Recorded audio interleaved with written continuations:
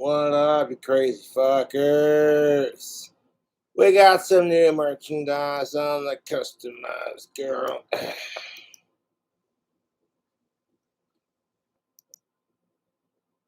Sitting here working on my new album.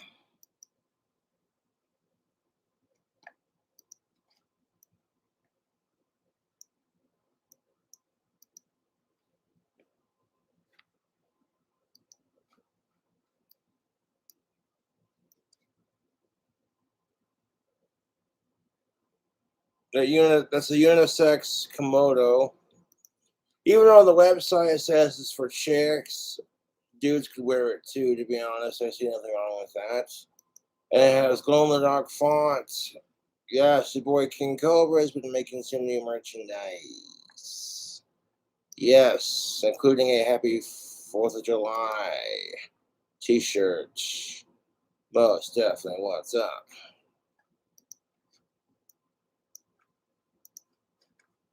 Hope you're having a wonderful Friday, just hanging out. Having a little sippy sip. It's after 5 o'clock. So I poured me another one of those Mountain Dew and coconut rums, and I splashed it with a little bit of Bud Light.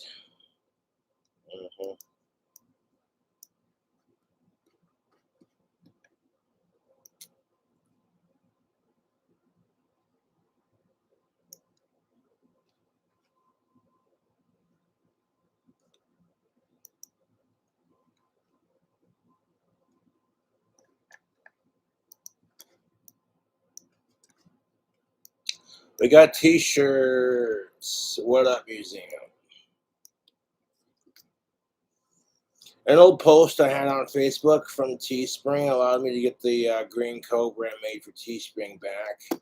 And Customized Go reapproved that Green Cobra design that I didn't make the outline for it, but I colored it in. It was a free for use image kind of deal.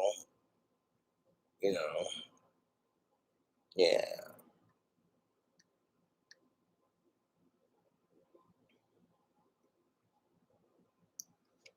If you got a can of Still Reserve and you want to hold that can in style, we have it. Potion Time can holders, people. All right. You get one of those tall fucking cans and you want to look cool holding it, I got you. That's official, dude. King Cobra's Fang dropping a lot of new merch, man. Yes.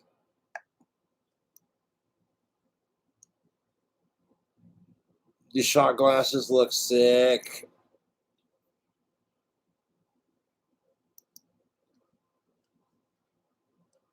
Yes. For $23, I'd rock that in my collection. Sweet. Could you imagine taking like strong ass shots of hard liquor on one of these bad motherfuckers? I know I could. Yes. You're paying for like the design of it to be on there and what have you, you know.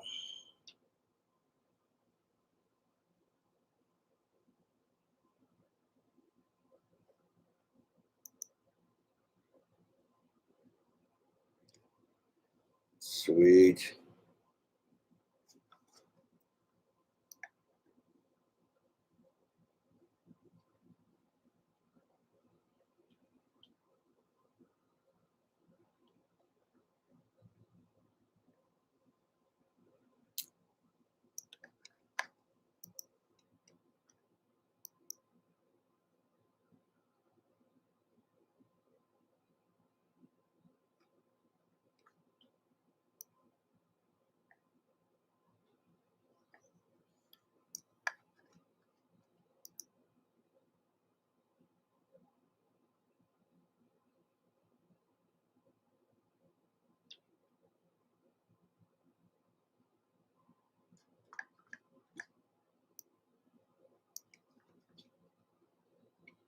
Watch the video now.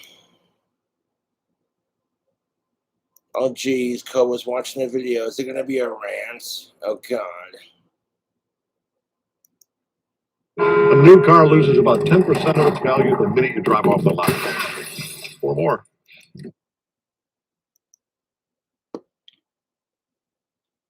The bacon, when I did what I did, it made candy. I made candy bacon, but the weave, it broke when I tried to cook it all the way.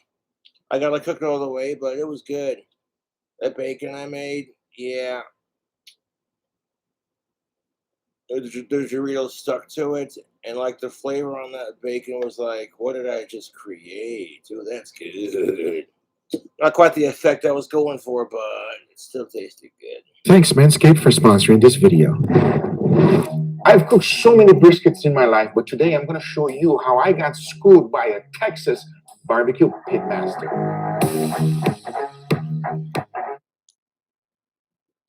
Vegan teacher, look away. Oh, good lordy.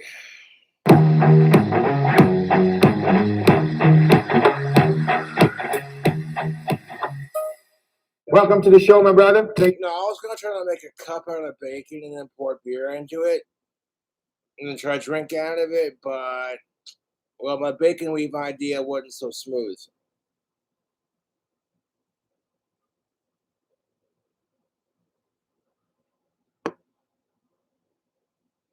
If I get some like thinner bacon that's easier to like weave, you might be able to pull it off.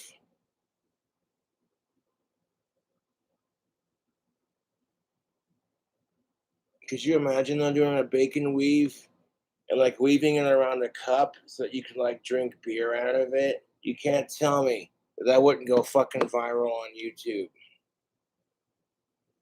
There are implications to that because the beer would probably leak through the bacon. So maybe like as a garnish, you just stick the inside of your cup and wrap bacon on the inside of it. Like, technically, there you go. Or you make like a resin cup out of it. For having me, always a pleasure to be here. So this is a Wagyu marbling skewer 9, very big, as a lot of Wagyu briskets tend to be. So trimming a brisket is really all about maximizing the amount of sliceable brisket you get at the end of the day without having too much fat, but also having enough to keep your meat nice and juicy. That's kind of like, I was like, fuck it, you know what I'm saying? Like last night's video, you know what I'm saying? I'm like, well, bacon weave fell apart, but it made some damn good bacon, like the Captain Rodney's with the garlic salt and the regular salts. They had other herbs with it too, with the Captain Rodney's, but it was really good. About the cook. Also, while you're at it, you can take off some silver skin and caramelized on the bacon, and it made like a fully cooked jerky texture, pretty much. And the flavor just, oh, dude. Any meat that's going to burn up. Because if you got cavities, trust and believe. Yeah. I'm not saying I have any, but that's two different muscles and different thicknesses. Some of the thinner meat is going to cook a lot quicker than the thick part. So by trimming it up, giving it good shape, removing the extra fat you don't want, and making this thing nice and aerodynamic is really just going to give you a better result at the end of the day. And I got to say, one of the most impressive things for me is the S shape. That's what I call it, the S chud. Can you explain the chud S? So basically in one clean slice, we're going to remove a lot of that thick lean that lives under the fatty muscle. That doesn't have a great fat cap on it. It's not going to cook up very well. Now, one of the things that I do differently is that I take all the fat out from the fatty part, but you like to leave a little bit. Why? The fat really helps give you a nice bark because all the pepper and salt can kind of cook into it and just give you a juicier bite. But I gotta say, in the end results, take a look at this brisket, everybody. Absolute beauty. One of the things I love about bread is just like meat. Nothing ever goes to waste. What about all of the trimmings? What are we gonna do with it? Oh, there's so much you can do. I mean, you throw that through the meat grinder, you got yourself some Wagyu ground beef for burgers, tacos, meatloaf, you name it. So nothing ever goes to waste. The seasoning I like to go with is 2 parts 16 mesh black pepper to 1 part diamond crispy kosher salt and 1/2 part granulated garlic. And as you can see, once he was done, the side and the edges perfectly seasoned. Oh, this guy does some really awesome meat videos. People are wondering, like, Cobra, what'd you have for your 4th of July feast? And I had some of the best goddamn pulled pork barbecue you ever had. That chicken and that pulled pork will slap your mama good. Okay, I'm not going to disclose secrets on who made it, but let me tell you something. That man is a wizard with his smoked meats. I'll drink to that. Never forget your sides, folks. Rookie move. So this is my typical setup for a kettle grill. So we're kind of going with a snake method approach here, where we're going to fill this thing up with charcoal and then just put a small amount of lit charcoal on one side. So that way it slowly burns across over the next probably 5 hours. And then, of course, you did add a little bit of water to the water pan. Yeah, if you don't add water, that pan will warp. But also having an inch of water between your meat and your fire is just another barrier, so you don't toast the edge that's closest to the fire. It's not going to be a real barbecue if you don't add chunks. Yeah, you gotta have some wood, you gotta have some smoke. Once that was done, it was perfectly lit. You threw it inside, cover it up, and what's the temperature you were looking for? I was aiming for 250. And that's all she wrote for the brisket. But then immediately we came in with 2 short ribs. As you can see, these are 2 beautiful short. So, actually, brisket is made out of beef, and so yeah, technically I can make that joke. What's a Jewish person's favorite barbecue? I heard it was brisket. Beef brisket. Because pork is not kosher with those people, yes, with them folks. Which I don't judge, I just think I like pork personally, but I'm not gonna judge a religion just because they don't like bacon. That seems kind of stupid. That being said, fuck Sharia law.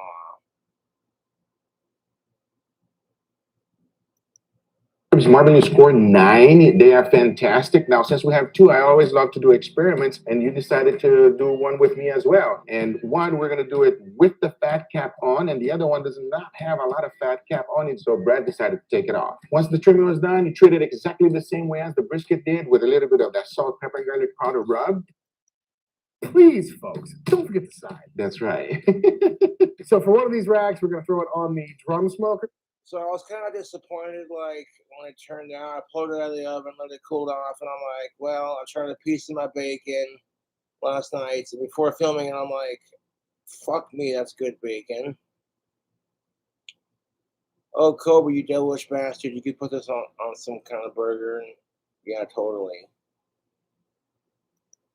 The other one we're going to toss in the pellet grill, and we're going to get a really nice comparison of all 3 of these cookers in flavor, temps, management, and time. So for the ribs, you did not go at 50 each. What temperature exactly? For the drum smoker, I was aiming for around 275 because it was pretty far away from the coals. And for the... So let me get this straight. If you eat rabbits, you're a meat-eating murderer. But if you eat the food the rabbit eats, like carrots, you're not a murderer. That's the mentality of a meat-deprived vegan. Even they miss it, otherwise they wouldn't be trying to intimidate it. You know what I'm saying? Like, intimidation beef. What the fuck is that shit? Beyond beef. It's beyond fucking disgusting. These poor bastards are going for a jog, munching on their tofu hemp bar, like, yeah.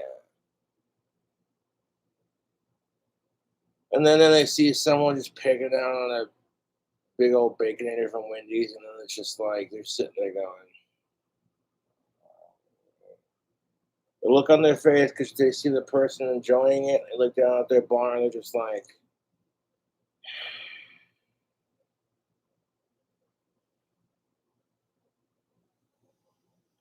dude, maintaining a 6-pack abs is such a pain in the ass. I'm like, I just don't give a fuck.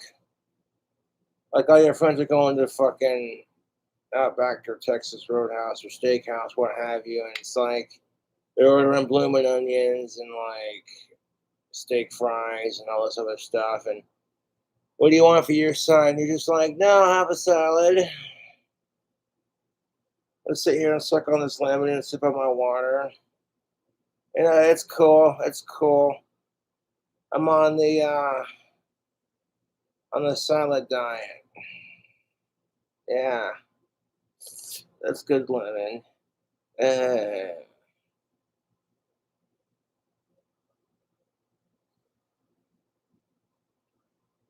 know some motherfuckers that are on the seaweed diet. They see weed, they smoke it and eat it.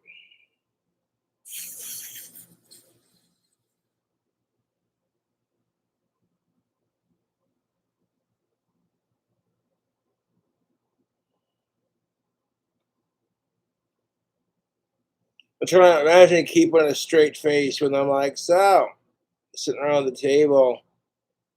People over here got steaks. People over here got pulled pork. People over here got chicken. People over here got a big ass bacon cheeseburger. And you're sitting there eating the salad. No, no judgment, because sometimes salads are good as like a side dish, but like, bro, who does that? Who goes to a steakhouse and just orders a goddamn salad? You know, because that would be some way to protest silently, wouldn't it? You don't see the vegan teacher doing that, do you? Because if you saw the vegan teacher walk into the to a steakhouse or just sit there and order a salad and protest, you know, that'd be one thing. But like, you know, instead of doing that, she sticks to like being an absolute psycho cunt, carrot cucumber eating cunt about it. No, dude, vegan booty is the worst. You know, I'll hand it to her. Vegan booty's a little bit cuter than the vegan teacher, but that's because she's much younger.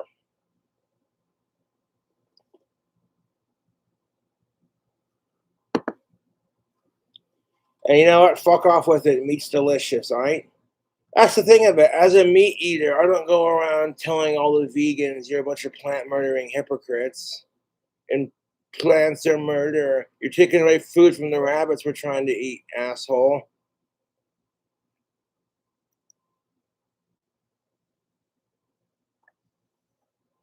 You know, extremist vegans are fun to have a laugh at because, like, a real vegan can take a joke, but an extremist vegan would hate this bloody merch right here. Look at that. Bloody hell. Meat is delicious. Fuck vegans. Yes, if you want to get yourself a fuck vegans stuffed pig, bloody good. I have other shirts too, like one called When Vegans Start an OnlyFans, and it features all these suggestive shaped foods. Uh, Yeah, I tell you what, that'll be a great way to make the vegans go, "Oh, you fucking pig!" I'm like, well, I mean,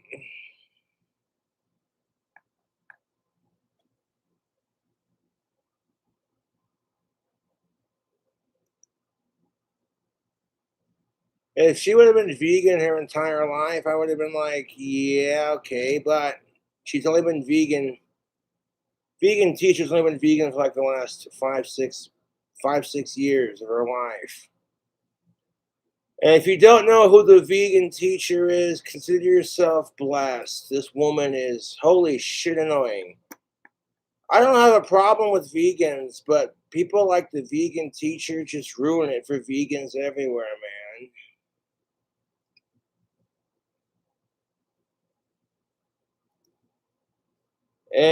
And check this out. We got a shirt here that says, "When vegans started OnlyFans," it has a carrots, corn on the cob, bananas, cucumbers. On the back, it features bacon, a hot dog, some steak, and some chicken breasts.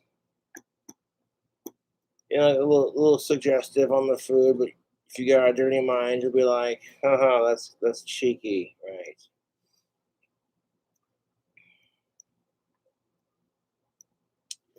If you'd like to buy that shirt, I'll put it in the chat right quick.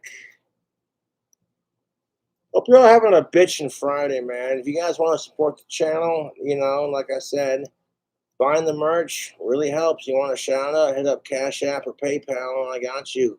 That's a business exchange. It's like Cameo, you know.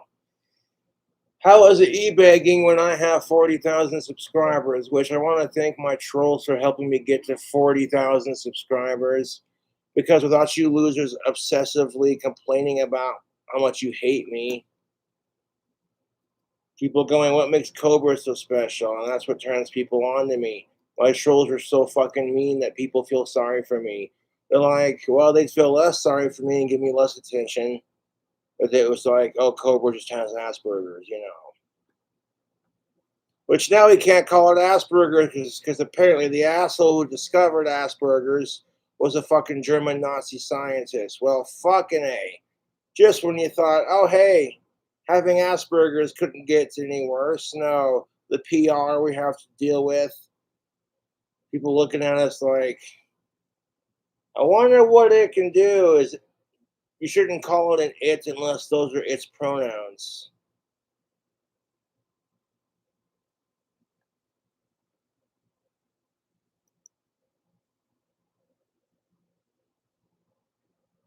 Fuck white supremacies. Now for those summer nights, it's gonna get bloody hot, but in the winter time when fall starts cooling off, bloody hell, we got a Cobra Craft Handmade One sweatshirt, and it comes with a beer opener, ladies and gentlemen. That's right, a bottle opener. Oh, that's good stuff, lads and lasses. For those cold nights, camping out on the mountains with your friends and family, and if you're Cobra supporters. Oh, look at that merch. That is beautiful, YouTube. So yeah, go out and check out that Cobra Craft merch, man. It's official. I have a lot of merchandise items to choose from. How many does he have? Bloody hell, he's got a lot of options, YouTube. Hold on a bloody second. Let's check me storefront. 168 designs. Well, there you go. That's what's up. You know, different options and such. Some of them are quite funny, like the one that says, "Can I mukbang you?" I mean, like it's like something you'd find in Spencer's Gifts. You know, you look at it and go, "Oh, Cobra, really? Oh my God!" Or the one that says, "Practice safe food sex. Use condiments." It's got a picture of a corn dog on the front of it. It's silly shirts like that where it's just like, you know, that's not appropriate, and that's why it's fucking funny, right? Yeah.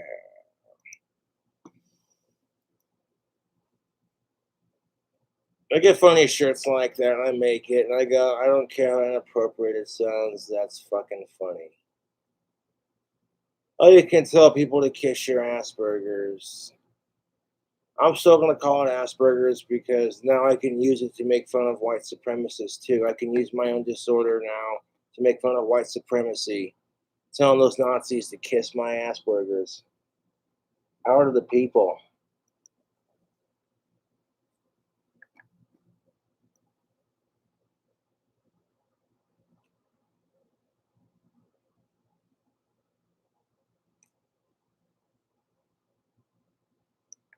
Maybe you need a stroke of good luck in your life. Well, this is the King Cobra Lucky Shirt. And it might bring a little bit of luck to your life. How's that sound, YouTube? You never know unless you know, that's the power of believing, right? Check out that. That's sick, right? I do have a couple of Irish friends, and for like St. Patrick's Day, this, yeah, buddy.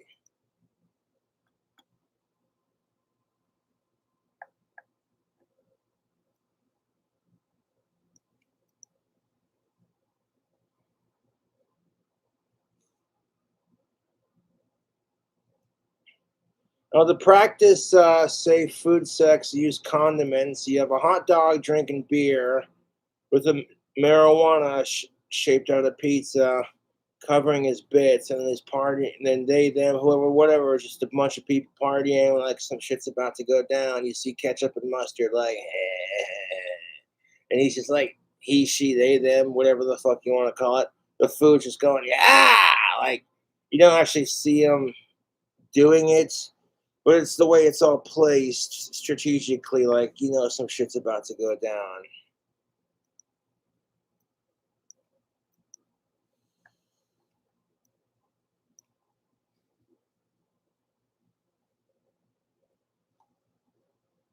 No, it's cheeky. Like, I redid the Big Ben shirt so you could see it better, you know. You could barely fucking see it. But then when I discovered that customized girl said, "Hey, you can add more than one color to your font." Hold on a bloody second. Want to see my Big Ben?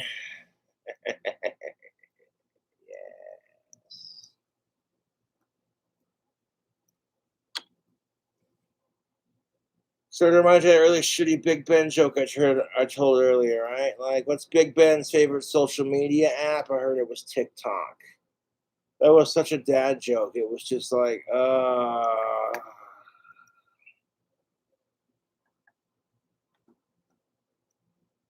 you call them Josh jokes. That works too. It don't matter. It's just really dumb jokes that are like, that's why they're funny, because they're stupid.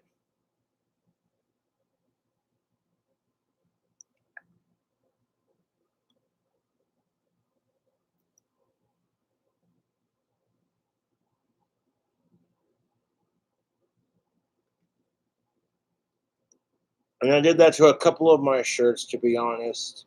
Not all of them, just a couple.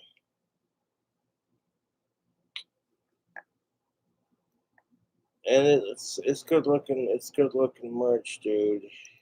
Yeah, show is.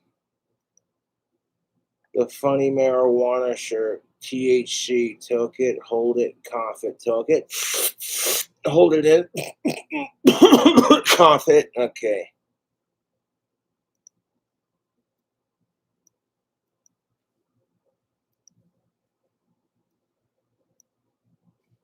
I slowed down on the shirt making because like 168 items is definitely enough. Y'all got options, man. You know what? I might have to redo the female goddess shirt to have the original. Yeah, hold up.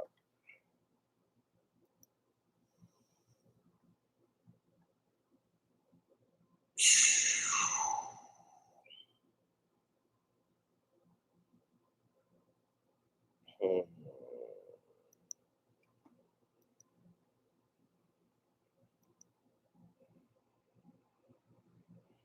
Hmm. It doesn't look as good as I. No, it was fine the way it is. It was fine the way it is. It's more than just plastering graphics to a t-shirt. It's about making it look good. I seem to have a knack for that. Like, if you don't want it to be about, like, too cultish with the whole Cobra cult thing, fucking, I got this, this one's got multiple colors in there. Pretty cool. Freaking. Pew.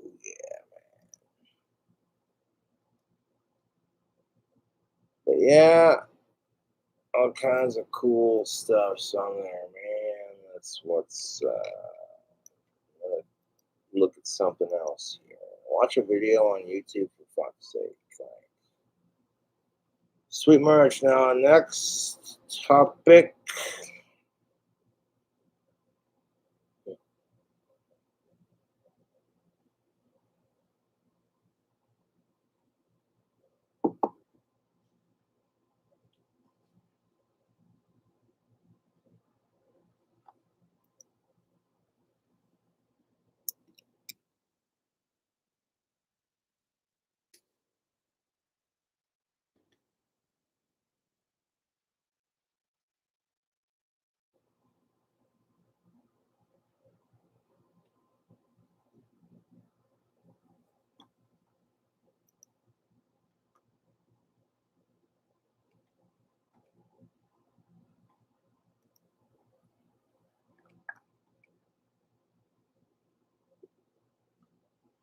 I'm going to tell you something right now, YouTube. If they are 40 years old and they can't have, and they hadn't had no kids, and no girlfriend, no wife, and they have commitment issues, and they are never going to get over their commitment issues. Okay, how you going to call them gangster as shit if they got commitment issues? It fucking makes me laugh. But I'm not gonna say shit. I'm just saying, like, bruh. And women have commitment issues too, man. People have commitment issues. But that's become a male-based stereotype anymore. Like, oh, he's just some beta piece of shit cuck who can't handle a strong woman. Fuck off with it.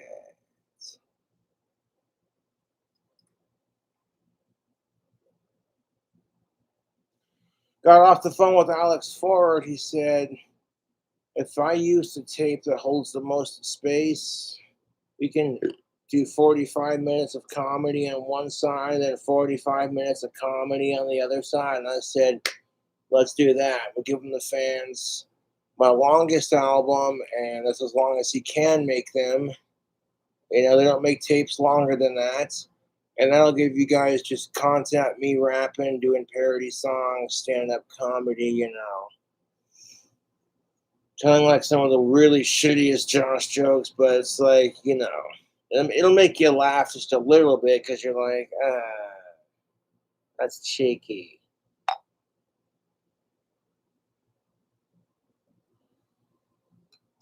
I didn't tell this one in the stand-up yet, in the album yet, but you know how you pick up on a British chick? Hey, missus, you want to see my Big Ben? Can I butter your crumpets? Yeah. Can I stick my Big Ben in your minge? I'm just kidding, don't say that. You'll probably get smacked in the face for being a fucking white pervert. I just look at you like, motherfucker.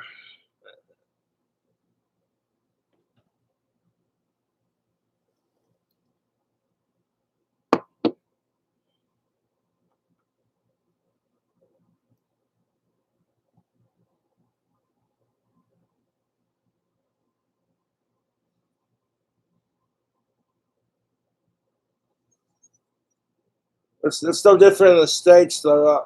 You know what I'm saying? It depends on the chick and what kind of mood she's in. If you walk up to a chick and throw some really perverted pickup line, she's going to look at you and like, get lost, creep. Because women are told if you're perverted just like men, that's not very ladylike. So women have to suppress their perverted side. Because they get slut shamed for it and it's total horse crap. How is it equality?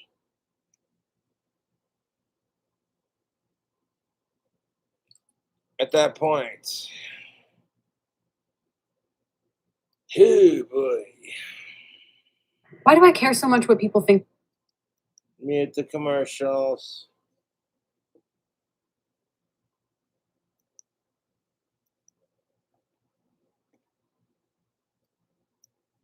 We got a commercial on YouTube. We're annoying. American booty with a nice 9mm. God.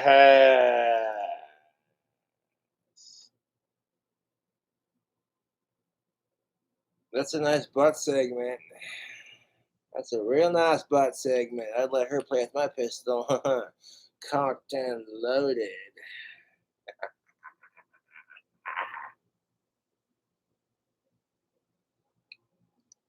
We're in there for good measure.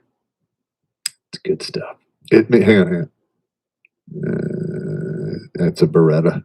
I love reading the dating profiles. Yeah, for let's these do guys. These are Dating profile disasters. Grunt speak shorts. Terrence Pop and Blake. awful. They're truly awful. Here's a pro tip from King Cobra JFS. Fuck online dating. People lie to you about that shit just to try to get a free meal ticket or some sex. That's all it is. They'll sit there and take this amazing photo of themselves, and in real life, they're just like, oh, dude. You look nothing like your picture. Okay, I know I'm not the prettiest, but you don't have to be an asshole about it.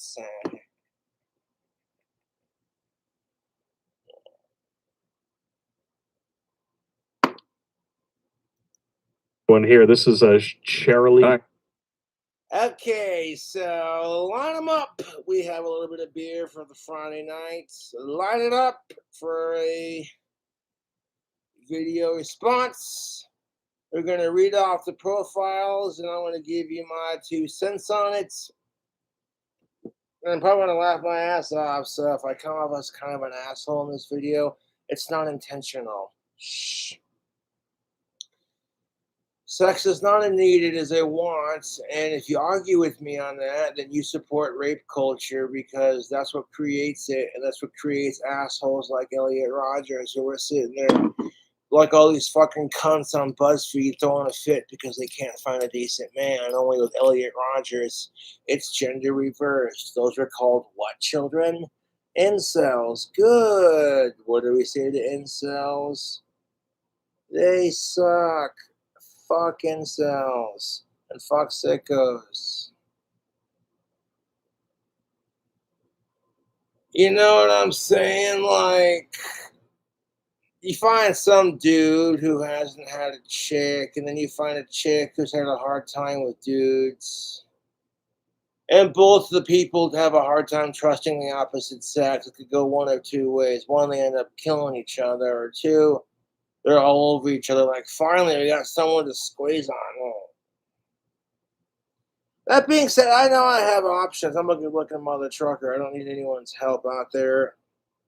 You fuckers out there, no. Don't need your help for that. I'm King Cobra JFS.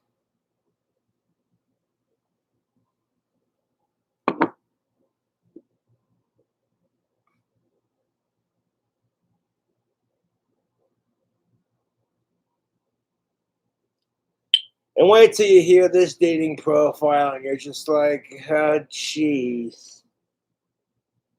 I'm going to read it as if in third person, as how she would, like, she, and would say it, kind of thing. All right, so here we go. Let's see what's there.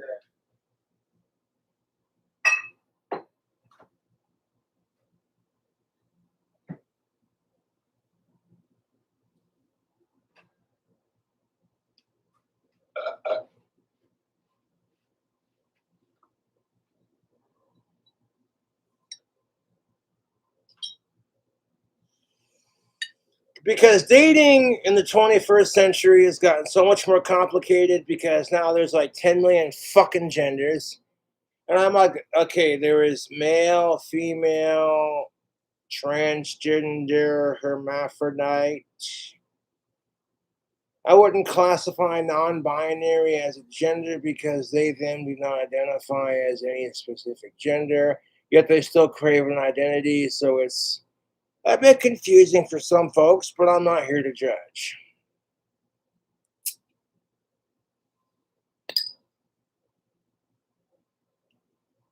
But this Cheryl person does not identify as such. It's just a random woman on some random dating profile, and she took a picture of her leg, like, oh, I got leg, kind of thing. Like, okay, here she goes.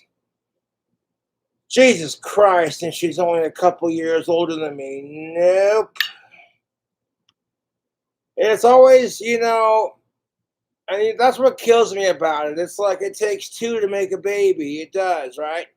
So, like, when it's the accident happens, the dude always gets blamed for not wearing a condom. Maybe, the dude could wear a condom and maybe the chick could close her fucking legs and just say no. Because it takes two to do that shit. To make a vaginal turd. Fuck off with it. Fuck sickos.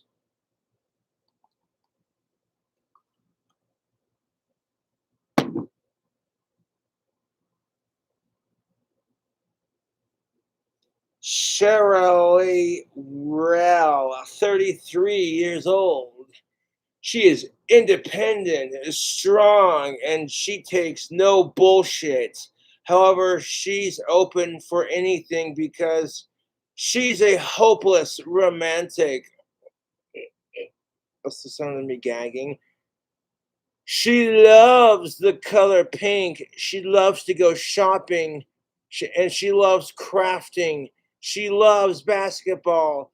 She likes going out and doing things. Oh, this sounds like your catch. Here's the tiebreaker. She is a single mom with 3 sons and 3 different baby dads. Loyalty and consistency is very important. Yeah, when I read that partner dating profile, I had to like backtrack a couple sentences. Like, yeah, it sounds real important, honey, because you got 3 very, what was the word she used? Loyalty and consistently. As soon as you offer some pussy, they're loyal as fuck. But as soon as you make the mistake of not wearing birth control, either, then what happens when the condom breaks? No, it's all the man's fault because he should have got better condoms, right? Takes 2 to tango. That's all I'm saying. Yes. She has 3. She has 3 boys from 3 different baby dads. Loyalty and consistency is very important and to be anything less than that is unacceptable and will not be tolerated. Also, strongly dislike liars and deadbeats. Oh, she strongly likes liars and deadbeats. That's always the go-to. You never hear from the dude side of things. I'm not trying to pick sides here, but that is the go-to for guys. Is that bitch was psycho? You can't trust her. Or when it's gender reversed, he's a deadbeat piece of shit. You can't trust him.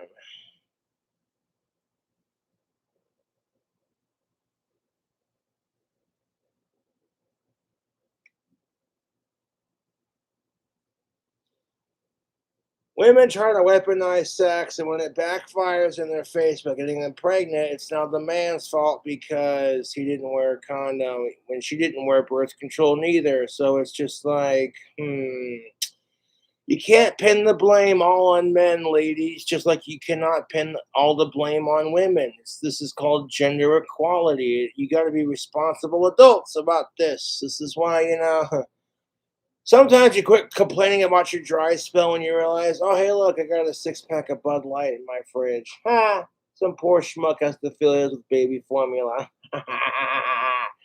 Oh, to be a 31-year-old single man with no kids. I haven't gotten one chick pregnant. I haven't caught anything. STI free and no kids. Thank you kindly. Before we get into it, just show the picture. Well, you don't even like. This is all that was in the screen cap, and you can tell this woman's pushing 200 or not. No. She's 3 bills. That leg. Well, actually, her leg isn't chunky enough. No. She doesn't have the residual clumps. Oh, okay. You're talking to a retired hog slayer here. I know what I'm telling. A lot of women will get pissed off at Donald Trump for his locker room talk towards women. But when women are around other women, they talk the same way about us guys, and they think the gals won't tell or say anything. Like, it would disrupt the natural order of things. You cannot tell them that we are equally as perverted. Some guys would not be able to handle it.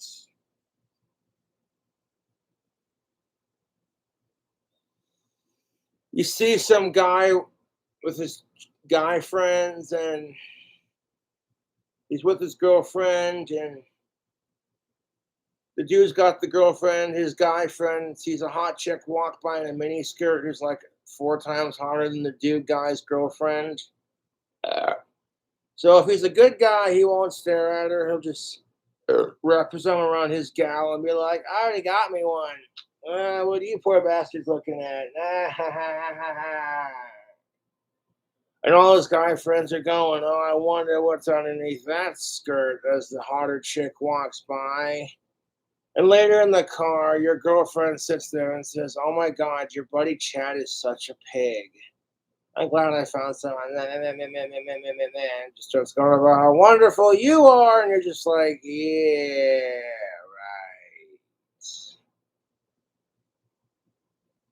And you're trying not to look because, she's going to look at dudes when you're not around. Don't play that crap, YouTube.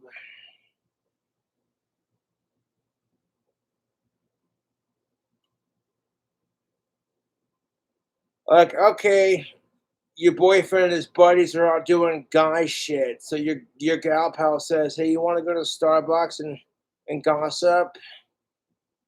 And you're just like, yes. So then you and your girlfriends go to Starbucks and sit outside, smoke your vape cigarettes, and just do chick shit, man.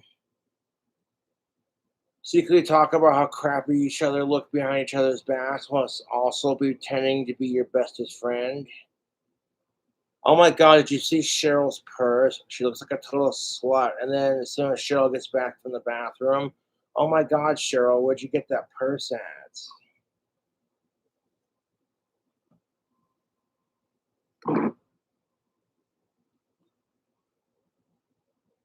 You don't see guys trying to impress other guys that we don't like. Quite frankly, we either kick their ass or we just say, fuck it, we don't associate with you.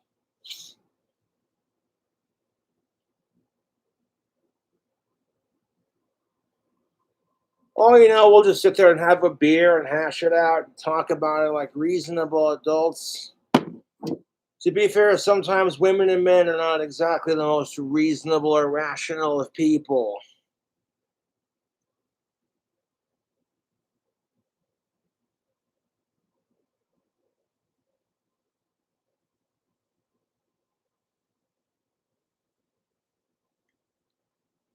I've not lost interest in dating. I've simply learned to wait more patiently. It's being single allows me to observe human behavioral patterns. They teach me how women and men interact, and based off of those calculations, how women and men can act towards each other and highs and lows of compassion and aggression. You can discover how humans act with each other, and then you can figure out how women think just by using two things: your eyes and your ears. Now, if your eyes don't work, then use your ears. If your ears don't work, then use your eyes, you know?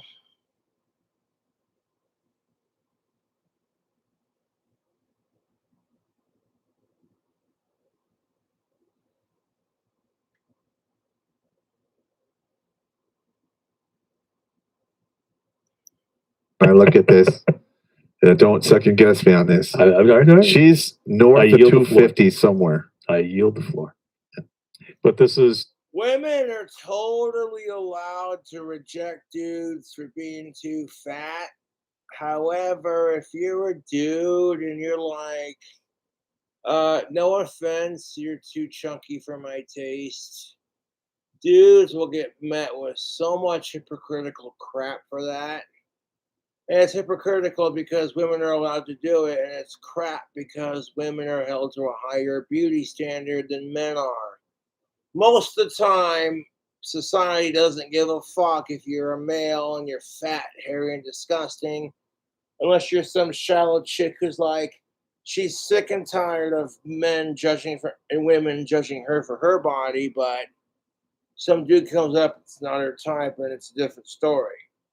Sitting there picking Cheetos crumbs out of his belly button, going, "Oh yeah, if you were a Twinkie, I'd eat you. You want to go down to my mom's basement and play some Nintendo? I can heat up some pizza rolls.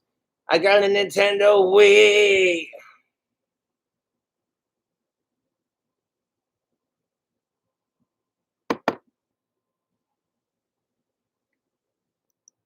best part is the text. Oh, here we go. Charlie Rell, 33, independent, strong, and I take no BS. So we already know this woman's insufferable because you don't. If you have to say you're independent and strong, you're not. How? Well, sometimes it's not just in the words, sometimes it's also in your actions. And if you are independent and strong, independence comes from saying, I believe in myself, not having to rely on the approval of others. Because that's the bitch about dating. People will say it's not about looks. Yet you are clearly, in order to date someone, you have to get the approval of someone else based off of two things: looks and personality. And that's what kind of fucks people on the dating. You might have people who go, yeah, they're fuckable, but God, their personality is insufferable. Ah. So it might work for a little bit. The sex might be amazing, but after a while you get sick of it and, you know, it fizzles out. You find someone with this with a personality you like, but the sex appeal just isn't there. Like, they're great people to talk to. They got your back. They listen. They care. You know, you'll find that. But when you find a healthy balance of sex appeal and mental appeal, the sex is amazing. You see each other the same way. That's what people are looking for when it comes to dating.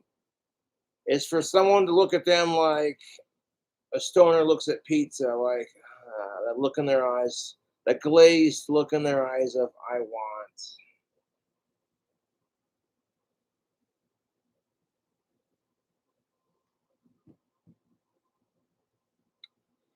Now, if you're 18 years or age or older, and you would like to attract the opposite gender, fellas, you want to attract the ladies, you got to get yourself some tactical soap. I don't have to get laid to know that that soap works. Women are like, that dude smells good. Holy shit. Hey, that dude smells good. That's the kind of reaction I get from of age chicks, man. And when you get that reaction, you can't help but think, yeah, you know what? There's something to this. You play it patiently and be it cool. See what happens. Coupon code King Cobra. Women walking into a bar wearing a tight dress. You know how it goes. Okay, and even if women don't wear a tight dress, all a woman has to do is show up to the bar, wait for one man to get drunk and desperate enough to buy her a drink.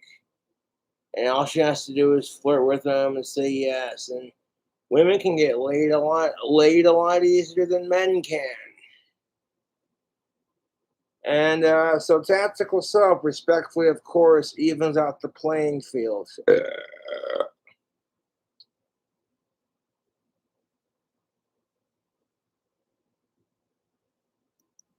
I'm open for anything because I'm a hopeless romantic. I love the color pink, shopping, and crafting. I hate terms like that. Hopeless romantic. Everyone's afraid of being alone to some extent. Well, not everyone, but the good majority of people are just like, eh.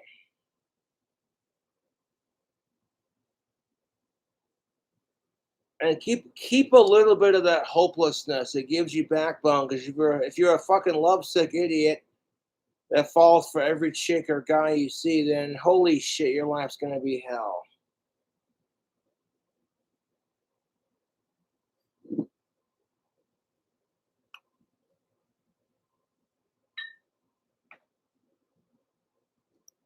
I also love basketball. I like going out and doing things. I have 3 boys and 3 different baby daddies. Thus the romantic, Yes. hopeless romantic.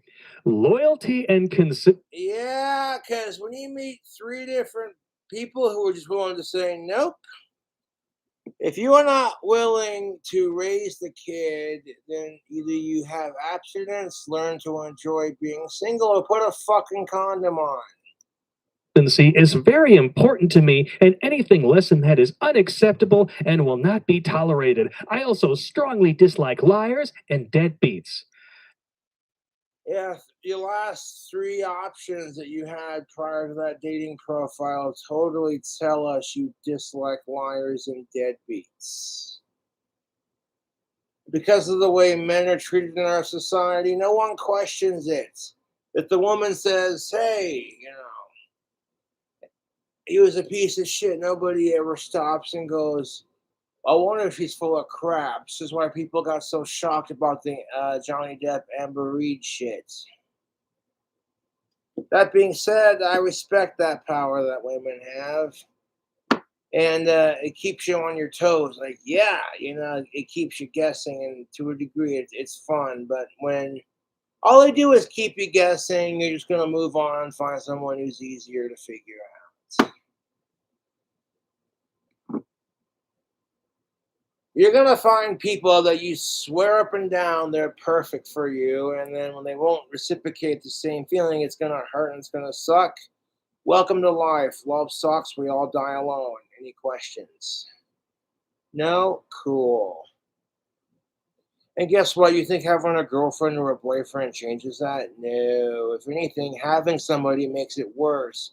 Because now you get to die before they do, leaving behind the one person that cared about you like that.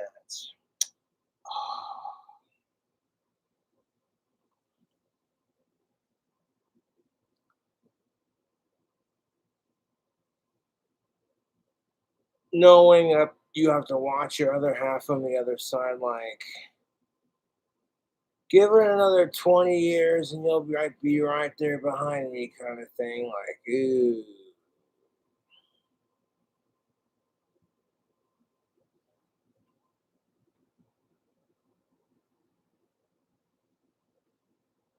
all these dudes who are like, you're going to be a lonely cat lady the rest of your life, the stereotypical lady who doesn't trust men, so she has a bunch of cats.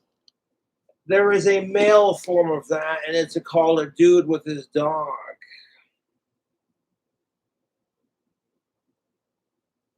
You know, the dude sitting there watching Home Improvement, scratching his nuts, drinking a beer, and his dog sits on the couch next to him, and he's just like, anyone who will listen, that dog's been more loyal to him than any bitch ever will. And then, you know, that dude finds himself a chick who's into dogs and can't seem to find the right guy. You know, they kind of click because even the dog's just like, hey, man. The only difference is dudes can totally use dogs to get chicks. Just like they use kids to get chicks. If you see a chick with a bunch of cats or a bunch of kids that she can't afford, it gets seen as, oh boy. Looks like those men aren't the only ones with commitment issues. At some point, you'd have to think to yourself, maybe it's just you.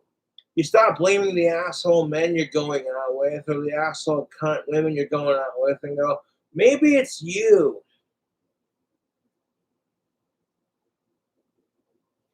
If you're one of these stereotypical broads that says she's not good enough for a real man and it continues to go down and date the same assholes over and over and then bitches and complains, when that chick is cute enough that she's got dudes lined up around the block wanting to date her, don't give me this crap of you're not good enough for someone, YouTube. I don't want to hear it from anyone.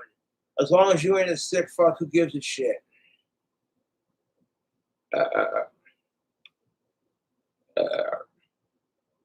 I got moxie when it comes to the dating scene. Like, I don't care how hot she is. If she's the same age as me or a couple years younger, as long as she's legal for me and I'm legal for her, then and it's consensual, who cares? Ain't nothing wrong with talking to adult women. Yeah. And the harder she is, I'm just like, oh, it's on. And if she rejects me, then less attractive women don't hurt as much. As shallow as that sounds, it actually saves you on the dating scene. And then when you've been told no by every chick, you know, at some point, you learn to say, fuck it. You become so desensitized to it that talking to chicks becomes easy as shit. You're not worried about being accepted. Okay. You're more relaxed with it. You're not so like, oh, wonderful, touch my dick, guys. You know, it stops becoming less about that and more about having a fucking conversation.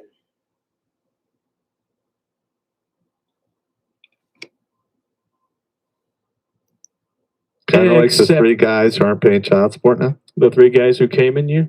Yeah. You spelled I let losers come in me wrong. So tell me about your bond. Yeah, she's the first one to email me on my birthday every year.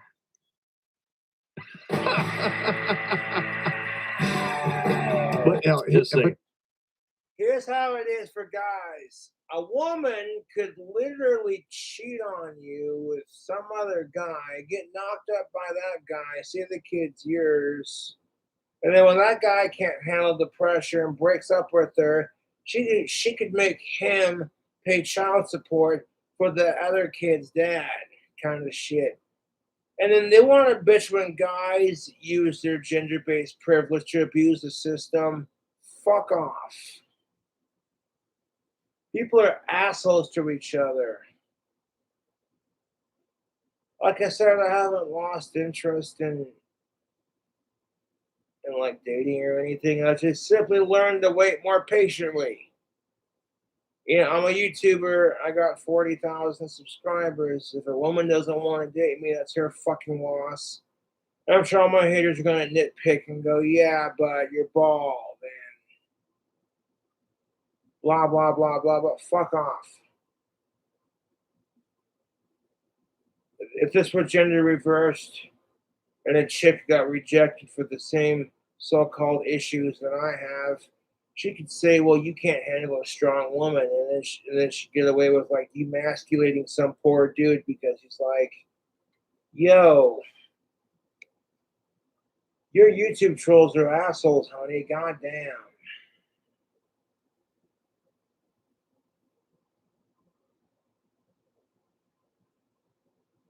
For me, it's frustrating because I hear women and men complain all the fucking time. And I'm like, you know what? I'm straight, but I don't mind waiting patiently. You know, I'd rather be single than in a crappy relationship where I'm not appreciated. Or one where my girlfriend's just like, babe, could you stop drinking so much? I'm like, let me ask you something. Am I one of those fucking drunks that beats you when I get drunk? Oh, I'm not? Okay. No, I'm one of those funny drunks that makes you laugh and eat your pussy out like a fucking lesbian.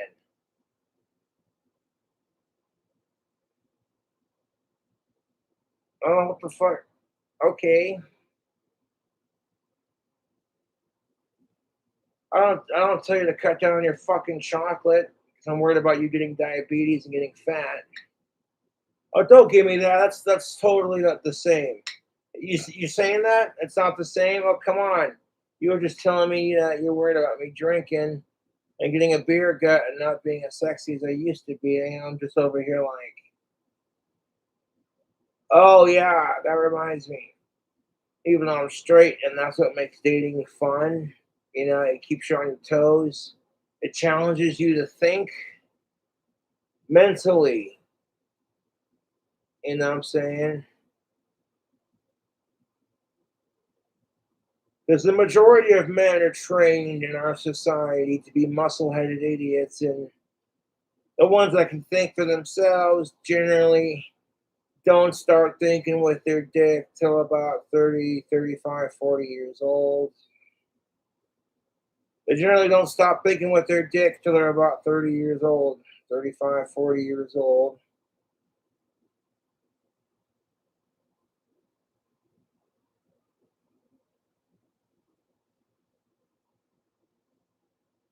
No, it's the truth. I realized I'm like, you know what? I got a big dick. I got big muscles. I'm 6 feet tall. I shred guitar. Who gives a fuck if I'm not getting laid, dude? If I wanted to, I could sing the Backstreet Boys on YouTube and have like every chick from the 90s losing their shit. And all these chicks that are my age going, ah!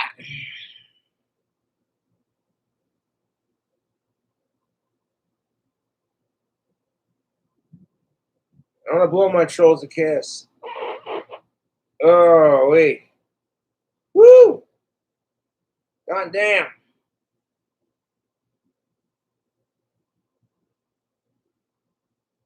Woo! That's a toasty air biscuit. Some bitch.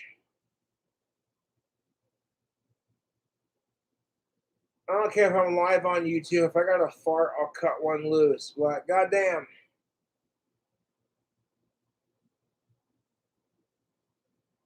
I'm gonna go see the baker drop off some air biscuits. If they get real bad, those air biscuits turn into loaves. They start pinching off a loaf, you know.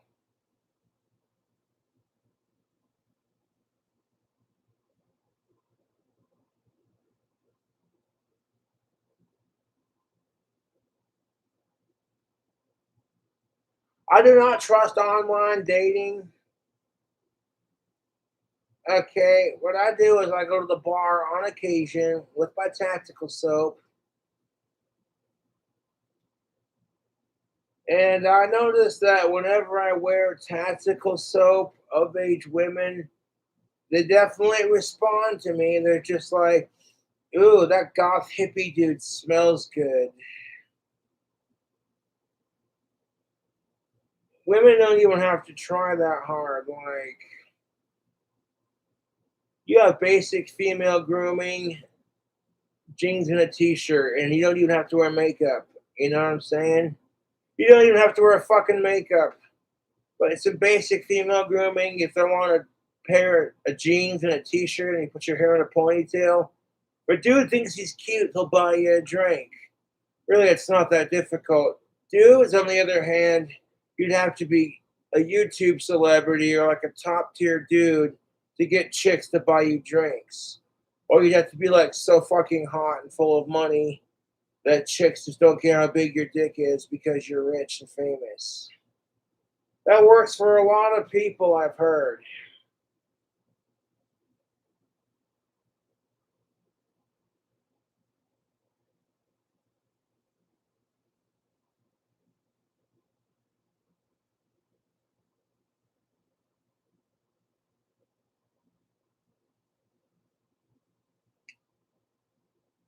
Cobra, what are your hobbies or interests? Well, I like to go shooting out in the country. Like, good, clean Wyoming fun. I like to plank with my double barrel 12 gauge on the safety of a proper shooting range, i.e., setting up targets in a field on the outskirts of town.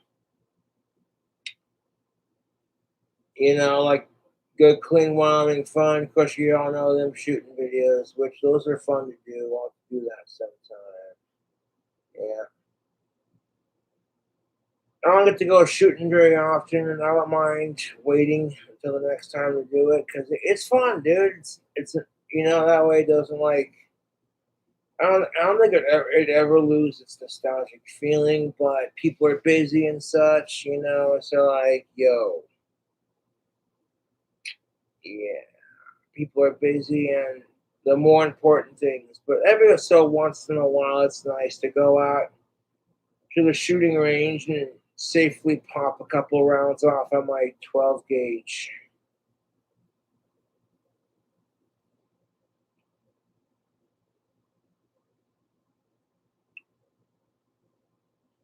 I play guitar. I like going for walks on the beach. I like going camping. I like crafting things myself. I craft magic wands and staffs and scepters. If I have a thick enough stick and the quartz crystals the right dimension, I can make magic wands with like quartz crystals and things in it. If you follow me on YouTube over the years, you've seen me do it. You're just like, ooh. There's an awesome store I go to here in town. You saw it on the Now It's a Party documentary. I love the Wonder Gift Shop, man. They're an awesome trinket store. You go in there, you got crystals, candles, spell books, like wind chimes. Wind chimes are pretty.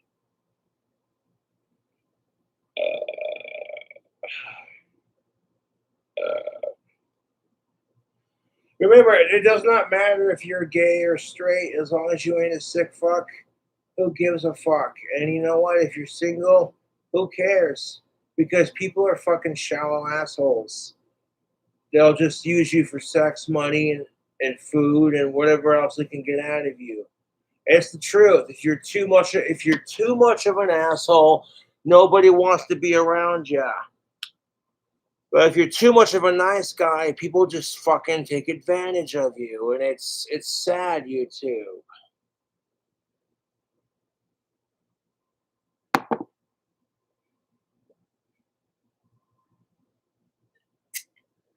And there's certain people I see getting taken advantage of. And I'm not going to name names. But boy, the world can be a really fucking cruel place, man. It really can be.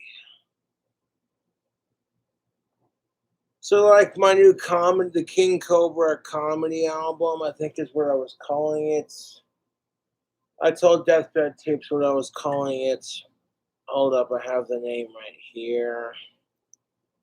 Yes, King Cobra's comedy album. That's what it's called. It's going to be funny because it has an improv Star Wars skit of Emperor Palpatine and Darth Vader both in the bathroom at Disney headquarters, taking a wicked shit. And it's just comical and funny and, very much reminiscent of modern times. And I think it's not meant to, like, copy anyone or Mandalorian or anything like that. It's just a parody. And I think people are going to chuckle out of it. You're going to have 45 minutes of comedy on one side. And then when you flip that goddamn tape, it's going to have another 45 minutes of some funny ass shit. So the first half is done. Deathbed Tapes has all that. The first half of the album's done. So second half of the tape. Yes.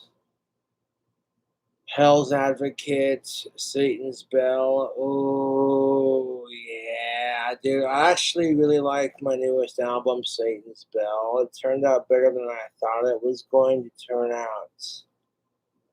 Satan's.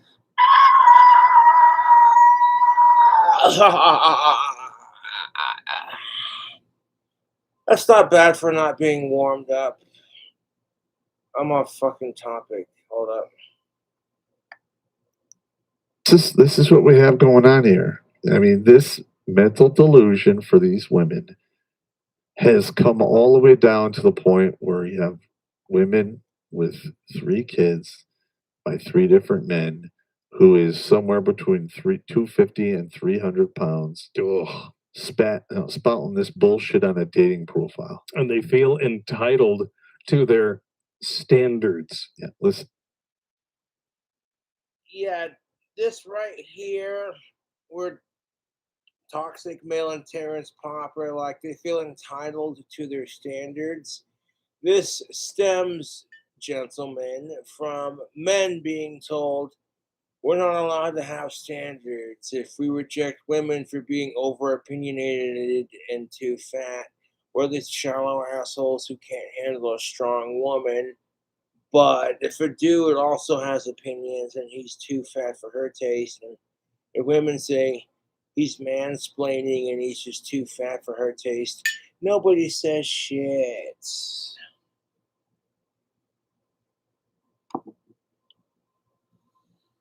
And I'm like, yeah, but as long as they ain't a sick fuck, outside of that, who cares? Outside of that, quit standard shaming.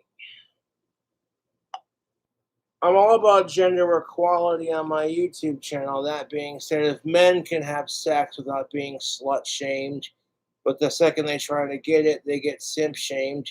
Regardless, men cannot be nice to women without being called a simp. And then it's become a culture now. And if we hate it, well, welcome to how women feel when it comes to being slut shamed.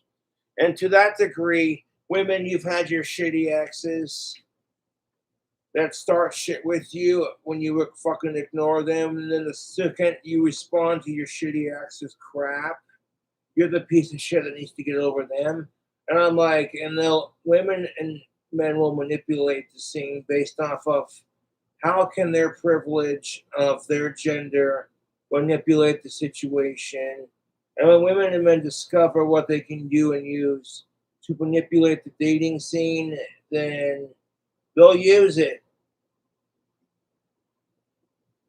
Dude will sit there and think, hey, she might give me a blowjob if I buy her a fancy meal or something to eat. Women who think, hey, if I pretend to be interested in that person, make them think they might get some later,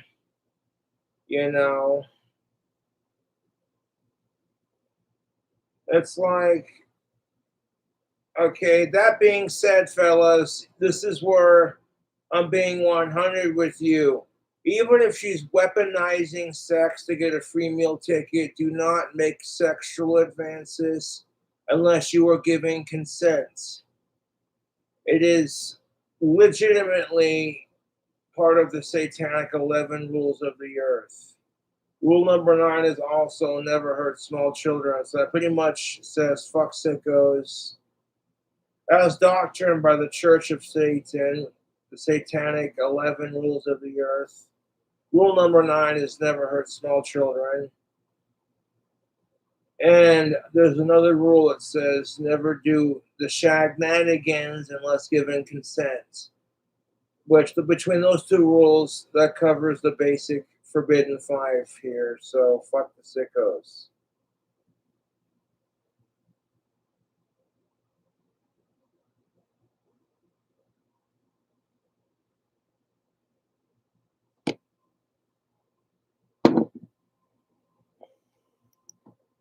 If just Once you take the vacancy sign off your uterus, honey, you don't get to have standards anymore. that's pretty much I would disagree.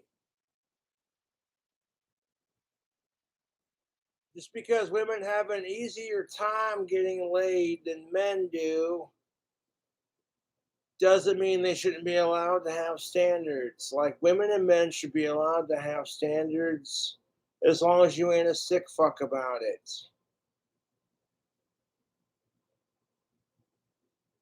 Like for me, I'm not that picky. As long as she's of age, cisgendered, female, alive, consenting, non-related, up to third cousin. That's as low as I go on that. Yeah.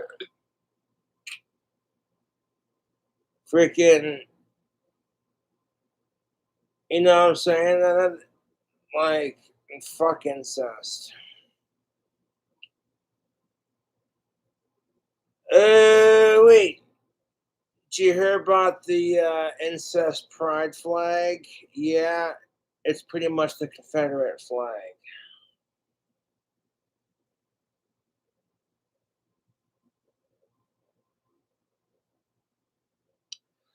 Everyone's going off about their goddamn pride flags, and I'm like, what the fuck does that make the Confederate flag? The incest pride flag? Jesus Christ.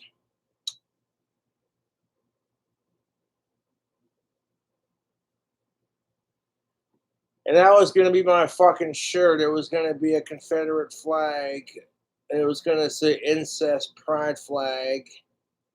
And then on the back, it was going to have like a ghost holding a beer doing one of these numbers. And it was going to say, fuck the KKK and fuck white supremacy and fuck racism. And then on the front, it was going to call the Confederate flag the incest pride flag. And it was just going to be a super edgy t-shirt, but customized girl wasn't having it.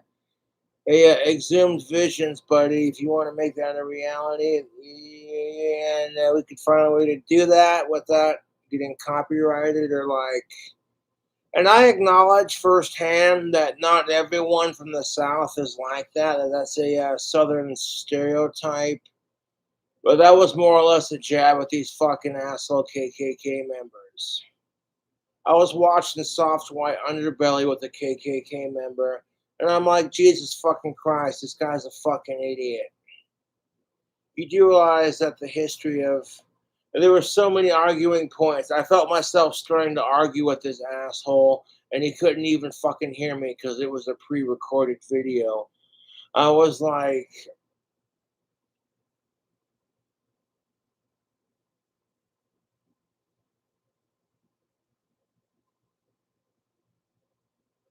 I wasn't trying to make fun of anyone else's pride flag, but like there are people out there who have like things like a bestiality pride flag, you know, dumb, disgusting, forbidden five pride flags and shit like that.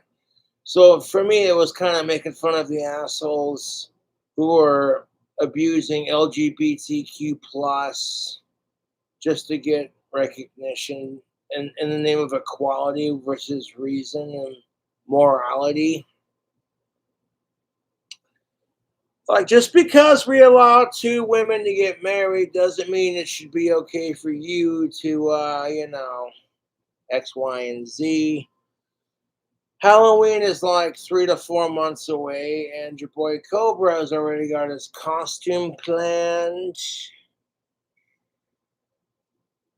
Now, I'm not going to say what the costume is.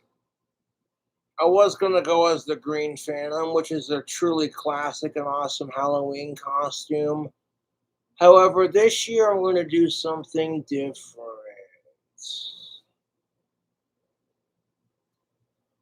Now, I am ordering something for my costume, and it's on back order, but that's all right.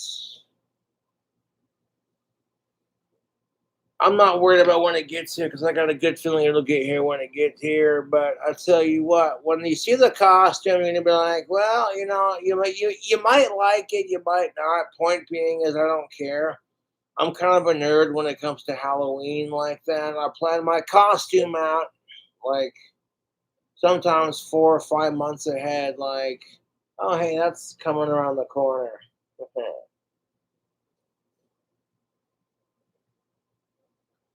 I love my Green Phantom costume. It's creepy as shit. It's spooky as fuck. I love it. It's scared many a people. Oh, believe me, it has. I'm walking downtown with it one Halloween, and people are getting mad at me. Like, that Green Phantom costume's too scary. And I had my one of my homemade crystal staffs with me that had a quartz crystal on the end with the copper wire.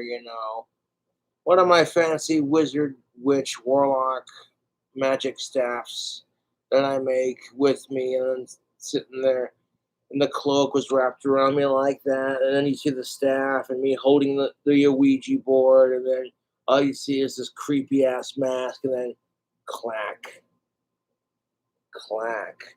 They'd see the wizard staff and me walking with it that I made. Clack, and then like I didn't see anything, just a creepy face going. And yeah, I didn't have to rely on blood or gore to make the costume spooky. Just and don't get me wrong, I love that costume, and I'm only doing it because I want to. I want to try my hand at a different costume this year.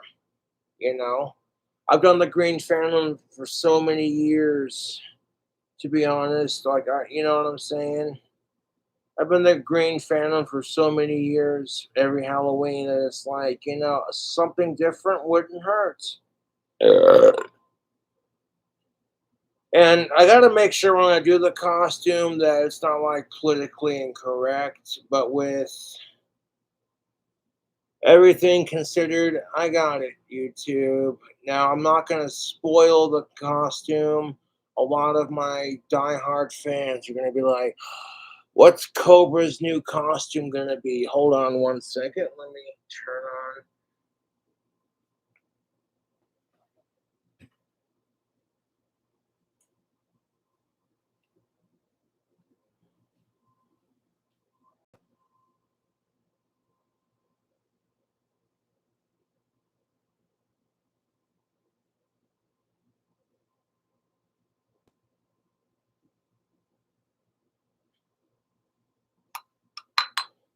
I try to be somewhat original with it.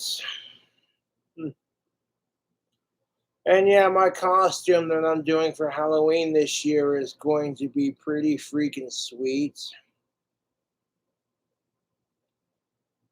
I'm not going to even hint to what it is. And Halloween is just my favorite holiday. And, my next costume, I've got all these hats that the fans send me, which I'll give you a hint. One of the fans sent me a really cool hat that's going to help with my costume. Don't get me wrong, I love my top hat, but there is a different hat that I'm using for my Halloween costume. And that's all I'm going to hint on to that. But when you see the costume, you might go, okay, I dig it, or you might go, I hate it. Point being is, I put the wheels of motion to make it happen. There's just one more little accessory I'm going to need for my Halloween costume, but that's like 3 months away, so I'm not worried about it. And it's such a minor accessory that it'd only be needed for like showmanship of the costume, like authentic, like what I'm saying. I don't want to hint too much at it though, because it's like it could be anything, dude.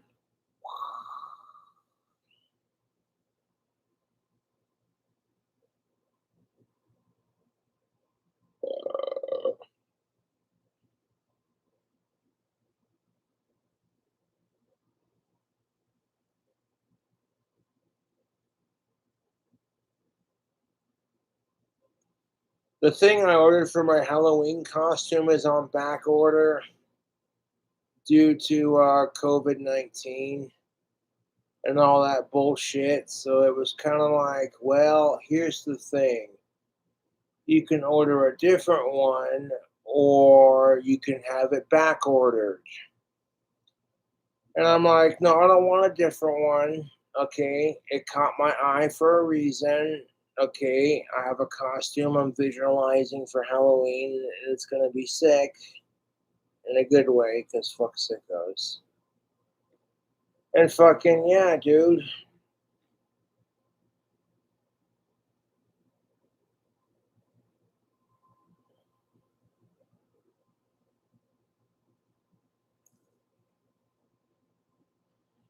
Is the costume gonna be scary like my Green Phantom costume?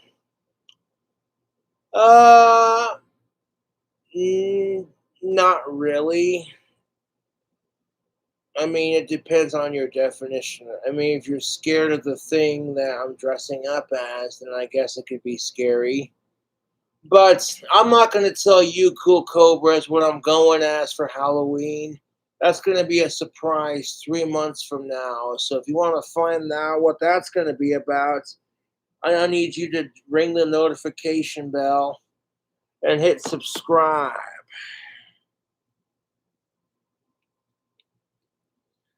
I will say this, with my next Halloween costume, YouTube, I'm going to be extremely careful with it because, yeah,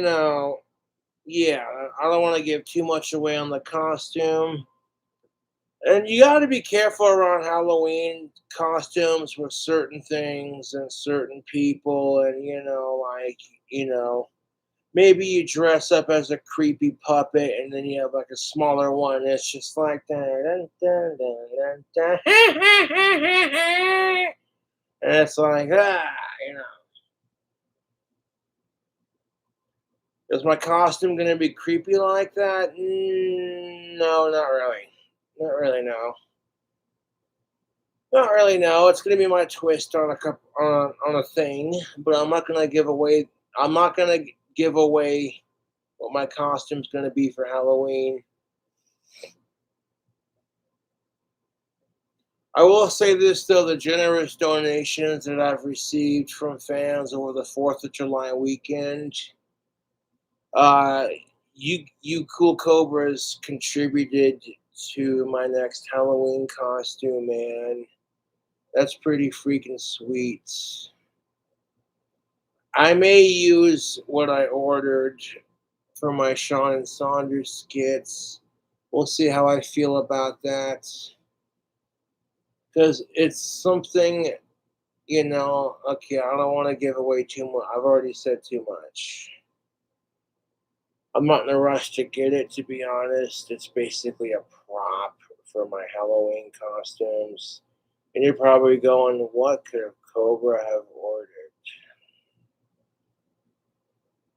Cobra, you bastard.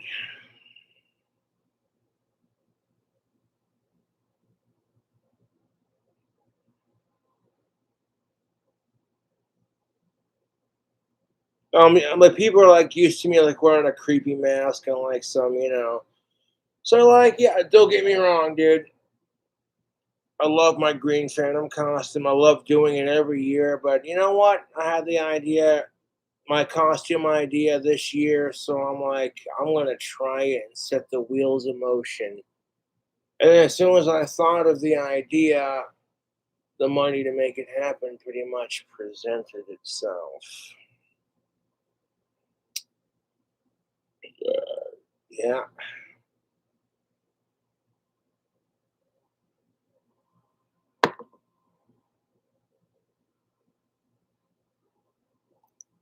You can have basic civility, and that's really the best you can hope for, because you're clearly a serial bad decision maker.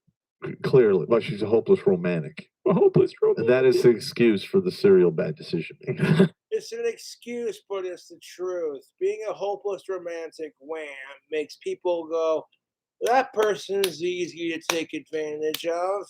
This is why this chick has 3 baby daddies who are just willing to fuck her and then get her pregnant and then not stick around for the response.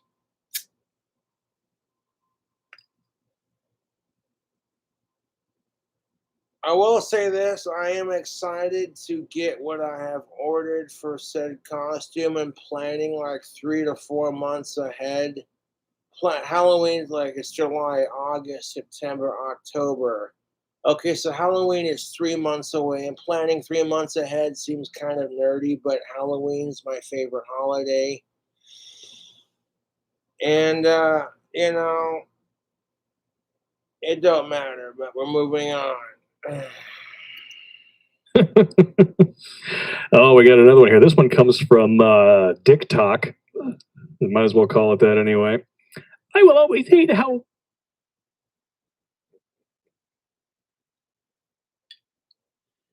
So here's a chick on TikTok who says she will always hate how widely accepted it is for men to be less of bullshit. Okay, to men to be less of, it depends on what you're talking about. Because yes, I will agree to some points. Most people don't give a fuck if men are fat, hairy, and gross, but if women are like that, it's you know. So that's why the whole body positivity movement exists, primarily to make people who feel unattractive feel attractive, you know. But I digress.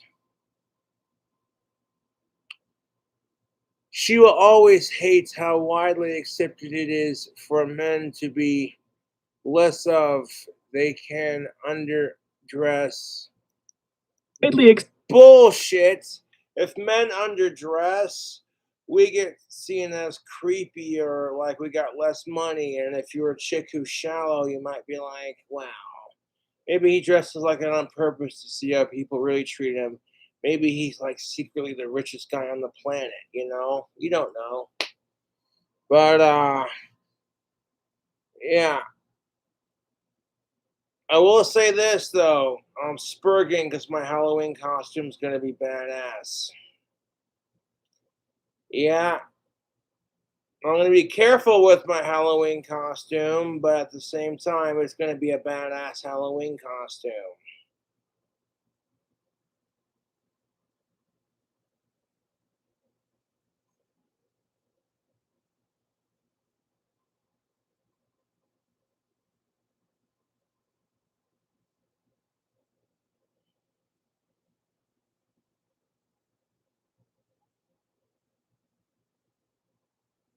I'm on direct communication with the website, and they were just like, they gave me the options. I wasn't mad about it. I said, hey man, if it's on back order, that's cool. You know, when I ordered my Savinelli tobacco pipe that I love, this one right here, the one that I smoked in my Star Spangled Banner video, it was on back order and out of stock when I ordered it. And then as soon as they got some more made or some more in stock, boom, they sent it. So, you know, it was in stock when I ordered it, but I must have got it at like the last second. You know, the internet's tricky like that. It's like, what did Cobra order for his costume? And what the hell is he going to be for Halloween? So many questions. I'm not going to say a fucking word. Shh. That'll be the fun of it, won't it? It's like I might show it off for a Sean and Saunders skit. I might. I just might if and when I get it. Or I might just be like, meh, you know.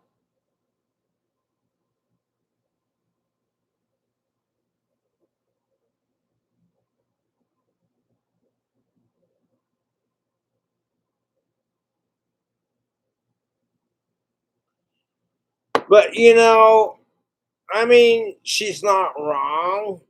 Like if men are total slobs, it's almost expected. Like, oh, typical gross male, you know. And women are held to a higher standard when it comes to that thing. So, like, I see where these broads on TikTok are complaining, but at the same time, I'm just like, I mean, you're right, but you're also wrong because there were certain things that women get away with, and that's just it. Women and men are so quick to point out, well, what your side gets away with. And it's just like, shut the fuck up. No one wants to be reminded of how hard they have it on the dating scene all the fucking time. That's why people get annoyed by my gender relation rants. That's why people get annoyed by my dating scene rants. It's because, yeah, Cobra's onto some shit, man. Like,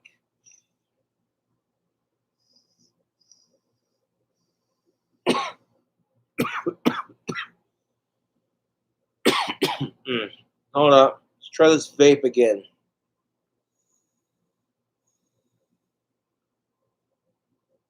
The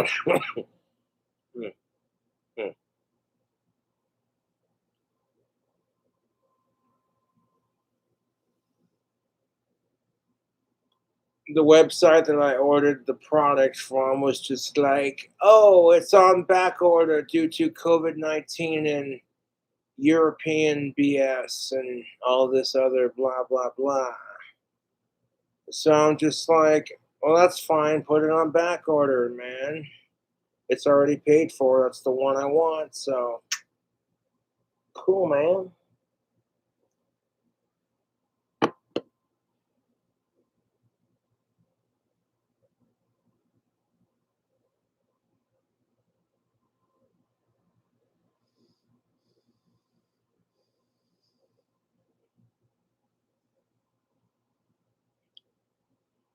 Oh my god. So what the fuck did this chick say on TikTok? She puts on a pound of makeup to look as pretty as she possibly can. So that guys will be like, well, this chick's cute. And then tease the camera like she's showing off her cleavage, but she's not going to completely show it to give you that kind of mystery of how big are her boobs really. You'll never know. And then she'll post some dramatic bullshit like this. In place of the word she says things like I and they, them, etc. You know, it's not an attack on pronouns, but if you're watching the same, you know, I'll post the same video in chat so you can get what I'm laying down. Like, yeah.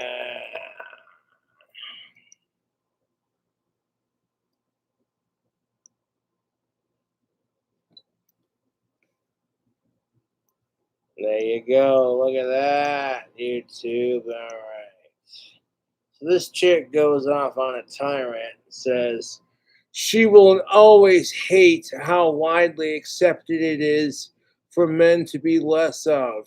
They can underdress, be unattractive, grow old, and be negligent fathers, but put no effort forth, not take responsibility, aren't consistently ridiculed for the things they like and still be okay, while women's worth will always be weighed by how attractive she is, the effort and obedience she puts in.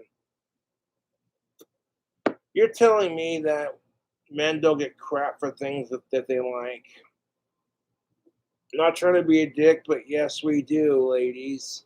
If a man says he likes a big ass or a nice big pair of titties or a curvy, healthy waist, he gets called a fucking male pig. But if a woman says she likes big dick and big muscles, well, that's just a woman's needs. And if you can't comply with that standards, fuck you. You're not good enough for her. Now, all of a sudden, men are getting a taste of what it's like to be women minus childbirthing. And then a bunch of crazy assholes who are saying that you can do that crap. And it's like, unless you can pull off a successful uterus transplant, then, and in order to do that, there are so many complications. We're not going to get into that right now. No, I support LGBTQ, non-binary plus rights. As long as you ain't a sick fuck, I don't care.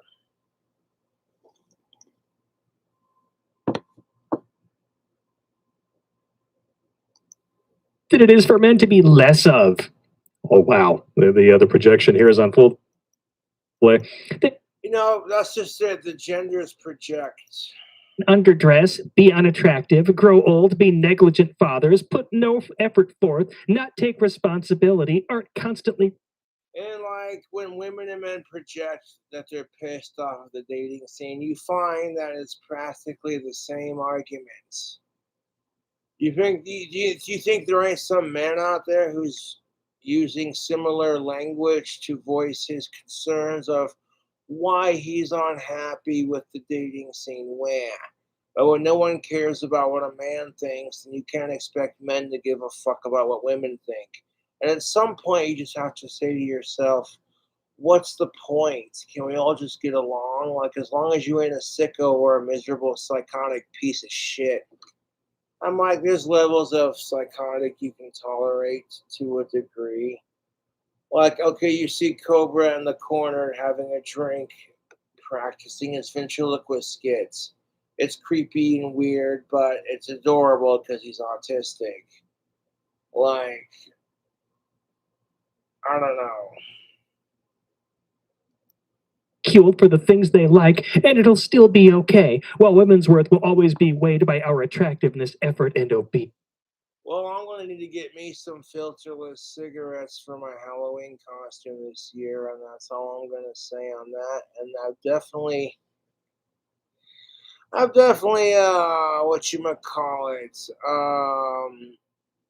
given away too many hints to my costume, so I'm not going to say any more on that.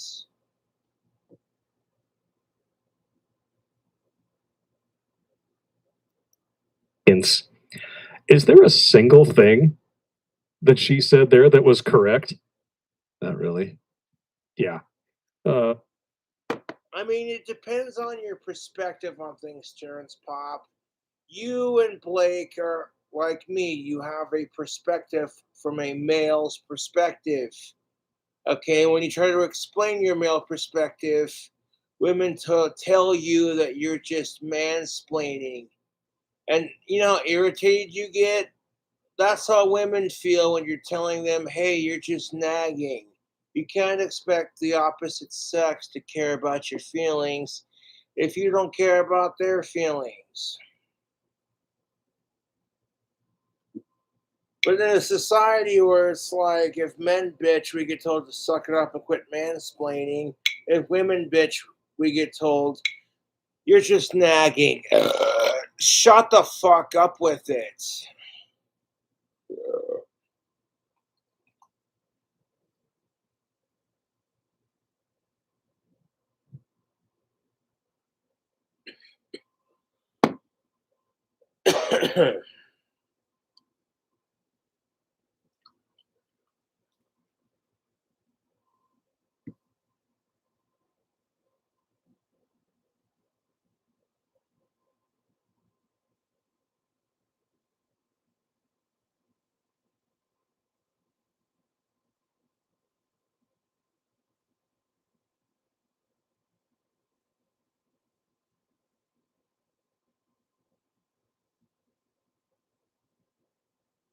Bud Light, Mountain Dew, yes sir. Yeah, I mean, do you see men going to Walmart in our pajamas? Well, most. Well, I mean, no, but that's just the kind of thing that women could get away with. I'm joking, of course, because there's been times I've worn my jean shorts with some pajamas underneath, so you see the jeans and then you see the panting. In fact, I wear the fuzzy pajamas that you'll see me wear sometimes when I'm not wearing my jeans. Like the ones with the skull and crossbones, or like, the pajamas. You see me wear them when I'm like not fully dressed, but I'm in my pajama bottoms with the full legs. I wear that shit in the winter time because here in Casper it gets cold, dude.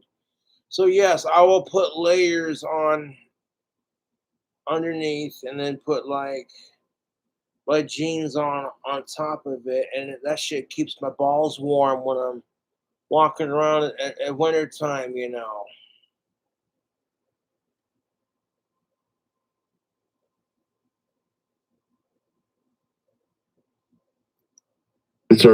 We're so easy to get along with. Yeah. Like, hey, what's for dinner? Is there dinner? Fine. You just check the block. It doesn't go into any details. And we also know. Like, you're gonna ask her what's for dinner. It's like you're gonna help her cook. That's what I personally believe. As somebody who has not had a girlfriend in 5 years, I notice that women and men will have strains in the relationship when they do not do things as a couple and then learn to take time apart from each other. For example, you ask her what's for dinner. She goes, I don't know. I was going to ask you the same thing. So now you're having this fucking conversation. You want to go here? And she's going, no, that place gives me gas.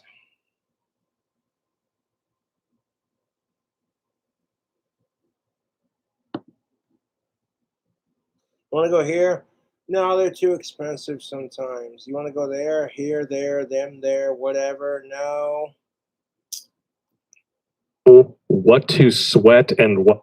And it's like, here's the best part of it. This is why being single can kick ass sometimes. Because I don't got to sit there and be like, okay, I'm not going to have that conversation. It's what's in my budget? What do I have?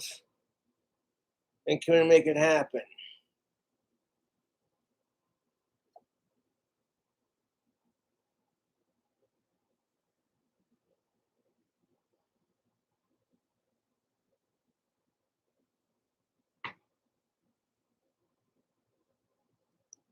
Not. Yeah.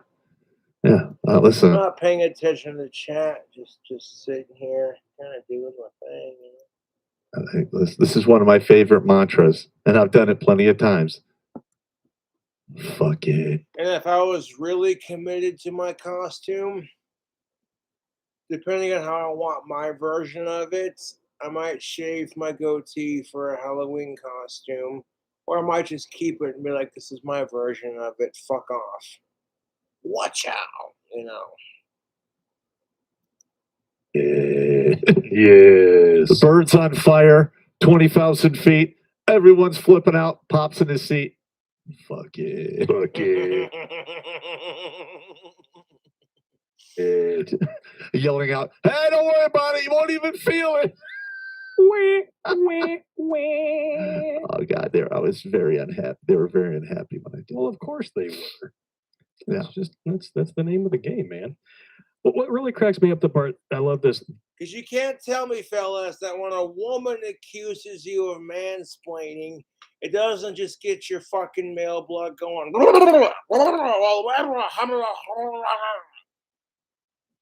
That's exactly how she feels when it's just like, you're just nagging. So at some point, even though women and men are different, you start to see similarities amongst the social behavioral patterns. That even though women and men are held to double standards, both sides bitch about it, and there are similarities amongst them. And then it gets to the point where both women and men are criticized for the same thing. But then one side gets more treatment and more special privilege than the other side. And as soon as the other side bitches about it, it's, well, fuck you and fuck this and fuck that.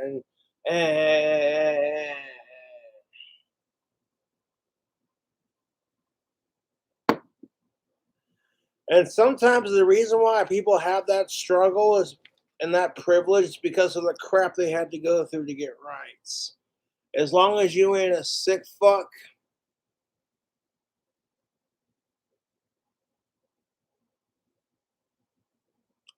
who gives a shit? Like, they could be unattractive. First of all, men don't grow old. Women grow old. We grow distinguished. That's a women's saying, not ours. Oh, you want to talk all this crap, but guess what, Pop and Blake? We're all going to get old. We're all gonna get old. I don't know when the fuck I'm gonna die. Quite frankly, at this point, I don't give a shit. I live every day like it's my last. Even if I'm not drinking or smoking some good weed or eating some delicious food or just having a beer. You know, it's about the people that care about you and what you do in life, like your passion, your drive. As long as you ain't a sick fuck, who gives a fuck? And I cannot stress that enough because people are going to be obsessed with pronouns, and some sick fucks are going, well, if they get to have a flag and a pride and pronouns, why can't they? It's because there's a big difference between, okay, these assholes over here want to fuck your dog, but these assholes over here just want to be able to have a same sex marriage. I'm like, well, you see, the dog cannot legally consent to sex. Okay? They cannot, like, okay, you might sit there and they might bark at you, but that doesn't do shit. Like, you're retarded with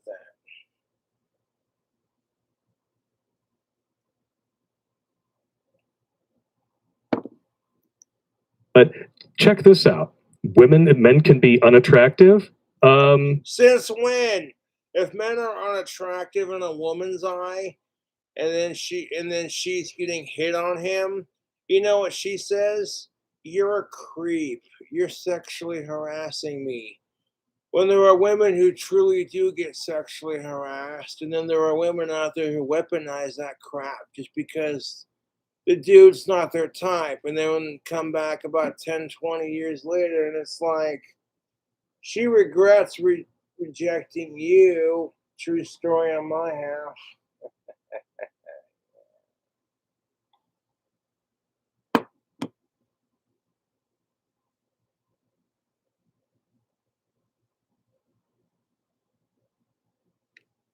Like, I'm not trying to be that guy, but I'm like, if a dude rejects a woman because she's not attractive enough in his eyes, she can call him a faggot. No one calls her a homophobe. She can sit here and say he's a weak pussy male piece of shit beta cuck who can't handle a strong woman. And it's like, no, you just can't handle being told no. And you know for a goddamn fact that if it were gender reversed, and some creepy as fuck dude, like creepier than me by about 10,000%, walks up to like the hottest chick and says, oh yeah, if you were a Twinkie, I'd eat you. Oh yeah, oh God, you were so fucking hot.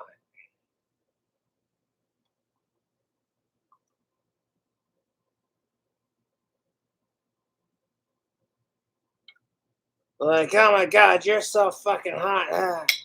Sitting there picking Cheetos crumbs out of his belly button. You know? Like, if you were a Twinkie, I'd lick you. You want to go down to me and my mom's basement and play some Nintendo? I can heat up some Hot Pockets. And the dude's got more hair on his stomach than he does on his head. A lot of chicks are going, ugh, because it gives them major serial killer vibes. And they're just like, no, this dude's creepy as shit. But if a chick gives the dude same vibes, like creepy ex-girlfriend psycho, she might cut your nuts off and then wonder why you never call anymore.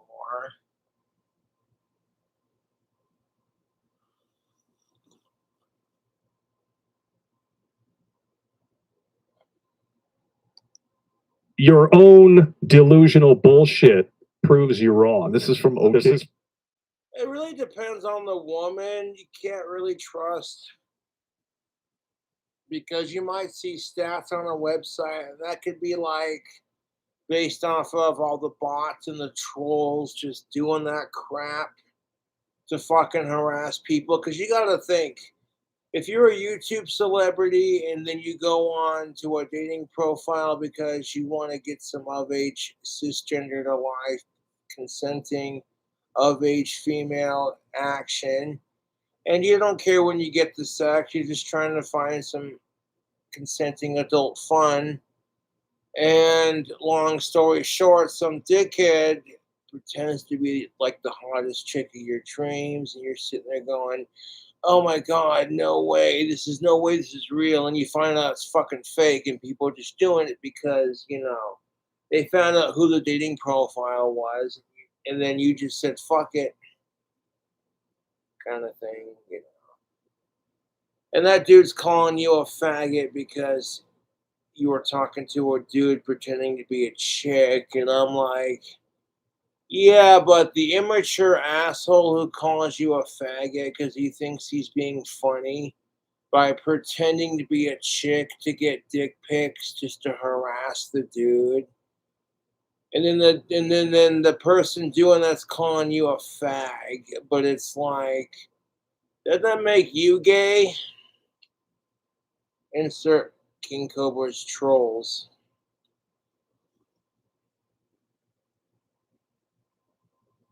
I get so much crap for hanging out with Alex Campbell, and he does shit that annoys the fuck out of me sometimes.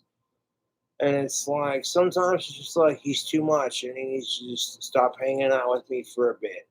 Well, it's nothing personal against him. But when Alex Campbell comes over and says, "Hey man, you got any booze?" I got a little bit. Well, can you drink with me, man? I'm having a bad day, or whatever. He didn't have to say, "I'm a generous guy. As long as you're of age, you're old enough, I'll drink with you, dude." I'm not gonna, yeah. But when you get so fucking drunk, you forget who King Cobra is, and then you start calling yourself that. When the dude, King Cobra, right here.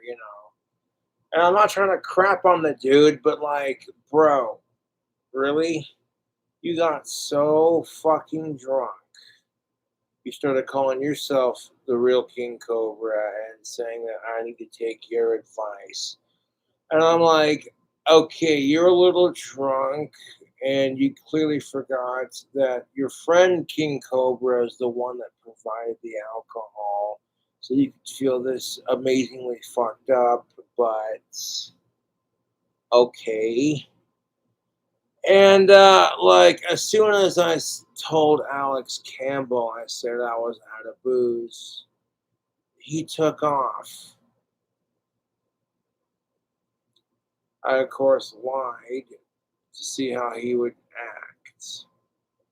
And instead of being like, "Well, hey, Cobra," and I don't expect anyone to kiss my ass, especially my so called friends. I'm just a regular guy. If he would, and I didn't expect him to say, "Hey, thanks for drinking with me," kind of thing, whatever. But to get so fucking drunk, you forget that we've all gotten so drunk to some point that we do stupid shit, but Jesus Christ. Like, okay, it shows you the kind of person Alex would be if he had my YouTube influence. And it's like the ego on him, and it's like, dude, you're not King Cobra, I am. And he argued with me on it, and then when I convinced him of it and showed him my YouTube channel, now it's a backstory of, "Oh, that's not what I meant." I'm like, okay, whatever. This is why I get iffy with drinking with anyone anymore. Like, I don't mind drinking with people and having a good time, but like, when they start acting a certain way, I'm just like, I don't need that in my life.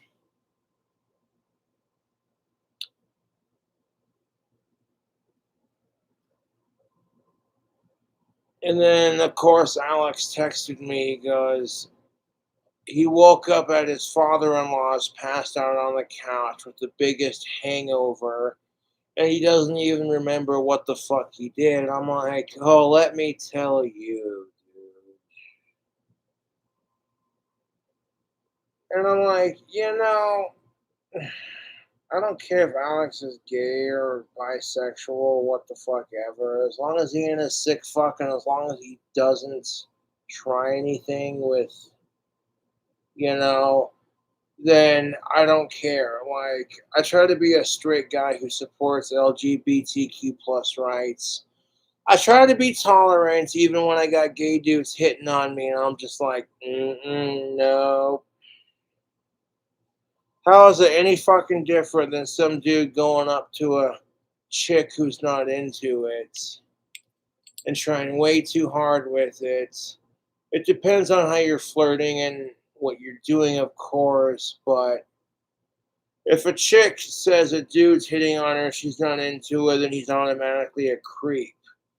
But if it happens to you and you happen to be straight, you get called some kind of phobe, and then here's the gay community who is now fighting over who's more special because now you got lesbians and gays and trans all fighting with each other.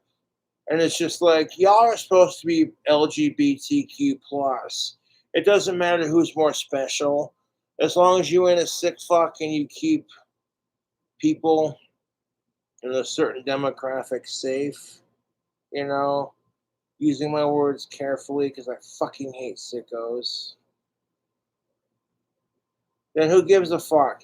It's pretty sad when it's like, oh, Netflix, yeah, they supported the Cuties movie, but like Dave Chappelle sharing Daphne's story, a gay black man sharing a trans woman's story. No, we can't have that because it's transphobic, it's gay phobic. And I'm just like,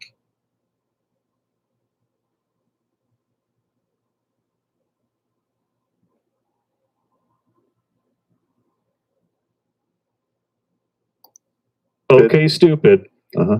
Women rating men from most to least attractive. They're so I might do a more response on this later. I support Terrence Pop because he's a veteran, and you know the little segments that they do, the little things that make their show them like winning, and you know, but like the segments make me laugh. It's a bunch of dudes just drinking beer, and you know. But the point I'm going to make is, and this is the truth of it, to some degree, men are allowed to rate women on their looks and get away with it, but when women do it, men don't like it. Men are allowed to have sex with women without getting judged, but the second women do it, it's like, oh. So, like, when the opposite sex generally gets a taste of what it's like to be the opposite gender, I mean, they generally don't like it, and to some degree, that's how society pins us against each other.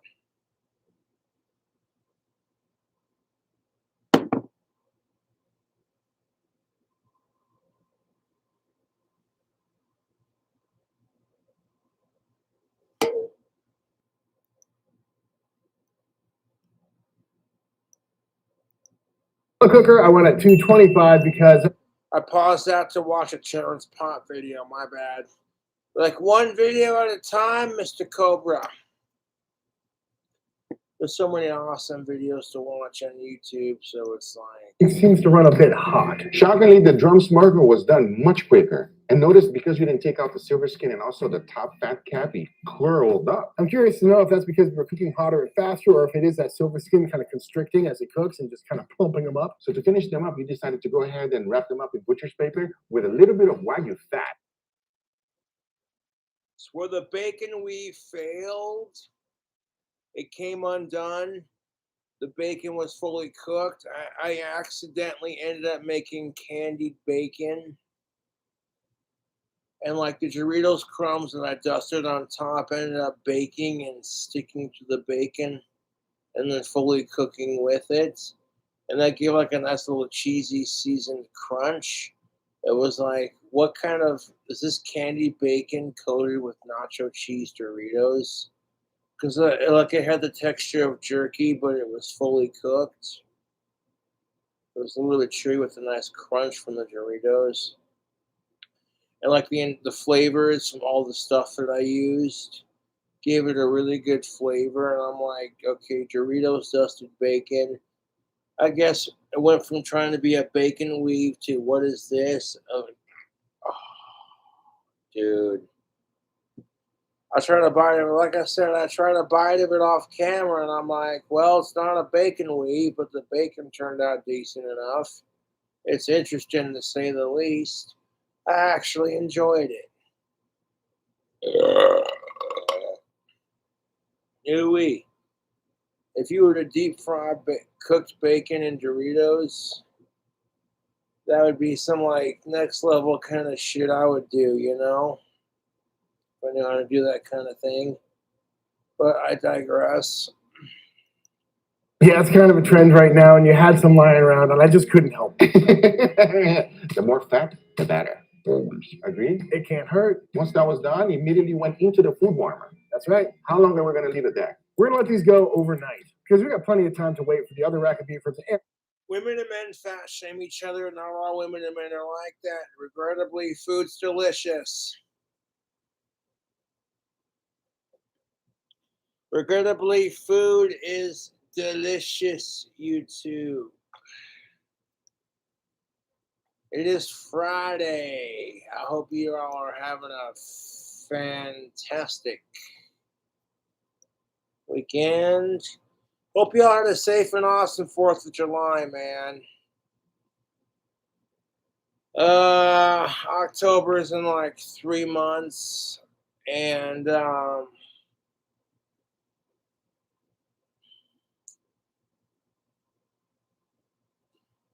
that's crazy how fast summer really goes.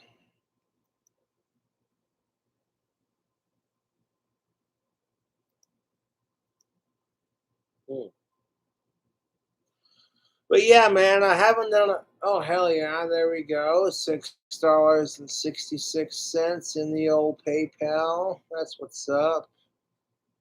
I haven't done a cooking video in quite some time, so I tried to make this Dorito sprinkled, like nacho cheese Dorito sprinkled bacon weave. And the bacon weave, it didn't work, dude. It didn't work. So I ended up making like a really delicious, fully cooked candied bacon sort of thing. Because like the combination of the garlic salt, the regular salt, and whatever seasoning I used, even though it was 2 different kinds of salts, it had 2 different flavor profiles. And I showed the ingredients that I used to make it and kind of gave a very rough, reminiscent rundown of, okay, this is how you do it. Like I wanted to take, and I shit you not, bacon and like a glass cup, wrap it in tin foil and like grease the tin foil up and make like a cup out of bacon and then go on YouTube after filming it and being like, I have a cup made out of bacon, pour some beer into it, and then just drink it like an unhealthy fucking bastard. And then as soon as I drink the beer out of my cup, I'm like, oh, I'm kind of hungry. Hold on. Just, you know, I get crazy ideas like that for YouTube, but then I'm like, have I done bacon weave before? So I'm like, maybe you should try making that before you do it, kind of thing. You might have like a better chance of like filling that bacon cup with like nacho cheese. And like if you make like a vodka, like a alcohol nacho cheese induced puree, where it tasted like straight up cheddar cheese, nacho cheese goodness. But like as soon as it hit your stomach, you're like, whoa, there's the alcohol, and then like you're sitting there drinking alcohol infused cheddar cheese, nacho cheese out of a cup made out of bacon. I mean, if you made the cup out of bacon and then like you trimmed it and then you like poured resin into it and then like took the freshly cooked bacon and like you sacrificed that bacon to make a really sick drinking cup. So it's just like when people look at it, they go, are you drinking beer out of a fucking like the American version of bacon, like bacon cup? And it's like, holy crap, you cast that in resin. Is that real bacon? They're all sitting there touching it. And I'm like, yeah. I mean, like, I got ideas like that for YouTube. And I'm like, if I had the money and the bacon and, like, the right knowledge and calculations and, like, this is what you're supposed to do. You do this, the effect you're going for. So I got multi-viral ideas. I'm not going to share that with people on YouTube because then people are going to be like, oh, Cobra had an idea. Let's see if we can do this.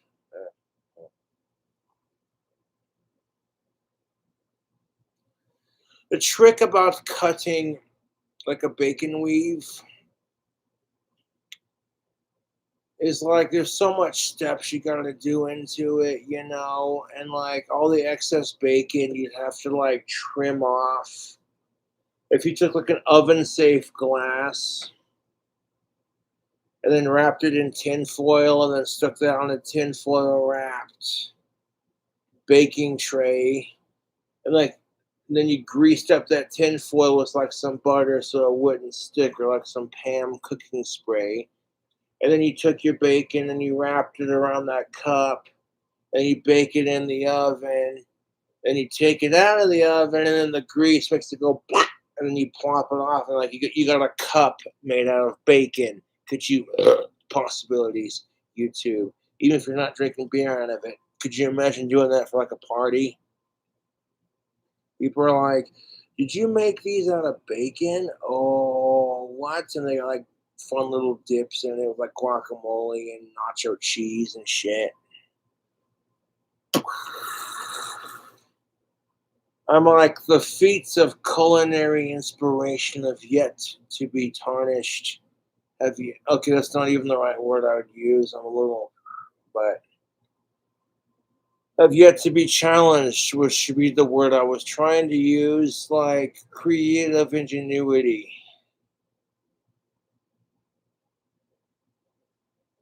You take some bacon and then you put it with like the chocolate that you put on ice cream that makes it hard when it's cold. Stick it in the freezer and it's like, oh look, we got a glass made out of bacon and chocolate. Oh, stop it.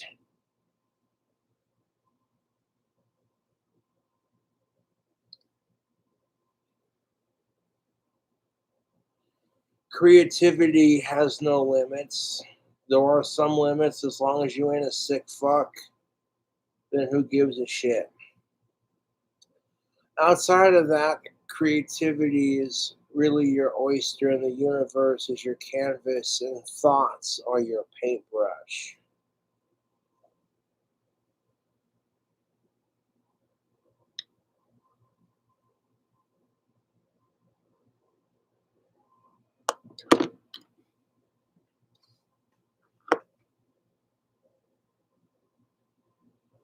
I had the idea to do the bacon cup, like make a bacon weave made cup and have like a cup made out of nothing but bacon and try to drink beer from it. And it was just like, there's a couple of YouTube channels I'm subscribed to that make resin art. Like you see people making guitars out of resin and shit. They get a bunch of colored pencils and they stack them into a case and they pour epoxy on it and then they shape it out and polish it. And it's just like, I have a guitar made out of colored pencils kind of thing. And you're like, it's cool, dude. Stuff like that on YouTube. You know, it makes my brain tick. It's like, you're trying to grasp the concept of that used to be like a pile of colored pencils, and now it's, you know, that'll probably be the only way. Like, because I'm thinking about this scientifically, bacon is delicious, but if you make a weave out of bacon, even if it's fully cooked, there's a chance that the bacon could leak the beer out of like the cracks between the layered pieces, kind of thing. So, like, unless you used it as a drink garnish, or it's like you took the same cup you molded it from, and then, like, stuck the bacon on the inside of the cup, and you added your beer to it, then technically you could be like, it's a bacon cup. Or you take that bacon cup, and then, like, you meticulously Like, how would you make that into a cup out of resin? So, like, what if you stuff the middle of that cup with, like, something to block the resin, and then, like, the outside of your baking cup was exposed, and you covered it in resin,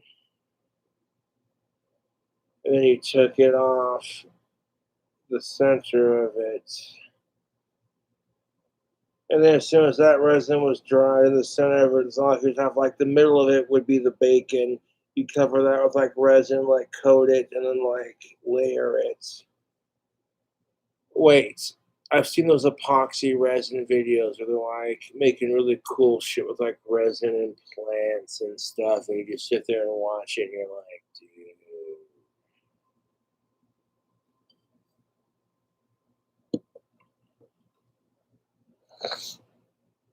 You're like, dude. You know, whenever, and like, no offense to Terrence Pop or Toxic Male, but whenever I hear them go off about some female bitching about men, I hear the same argument with women bitching about men. It's like both sides are practically bitching about the same thing, and society has this dogmatic bullshit system in play. And it's just like, well, hold on a second.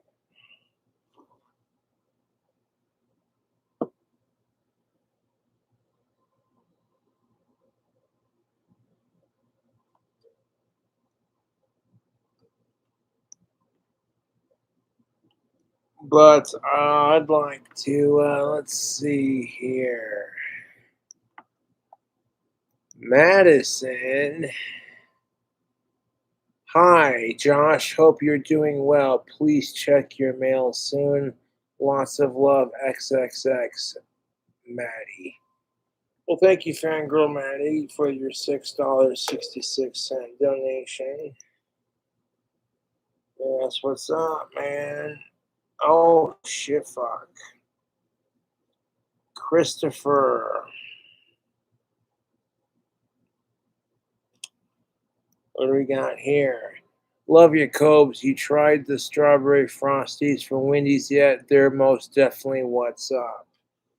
No, but I've been wanting to try them. I might do a review on Wendy's strawberry frosties after a bit. Last time I went to Wendy's, I custom made their cheddar baconator deal, and like just made a Cobra sandwich out of it. Had all these sauces and flavors. It was just like, dude, stop! You don't even know. Ridiculous dudes and dudettes. So thank you for that, Christopher and Madison. Yeah, man. I want to transfer that to my bank account. Because I had about $12 left in my bank account and started getting a little low, and I don't want it to get into the negative if I can help it. So if I see my bank account start getting low, you know, like if it starts getting underneath $10, I'm like, okay, stop spending and start putting money in there, you know. So if you want a shout out and you keep the money off of hold, you donate through PayPal and the money's not on hold, I'll give you a shout out. If you put the money on hold and ask for a shout out on PayPal, just because you hate Cobra, you're jealous of his videos, and you want to abuse the system and find some like weird obsessive way to troll him, it's just going to get ignored for the next 21 days, and I'll get your money anyways, and your shit won't get answered. So, yeah.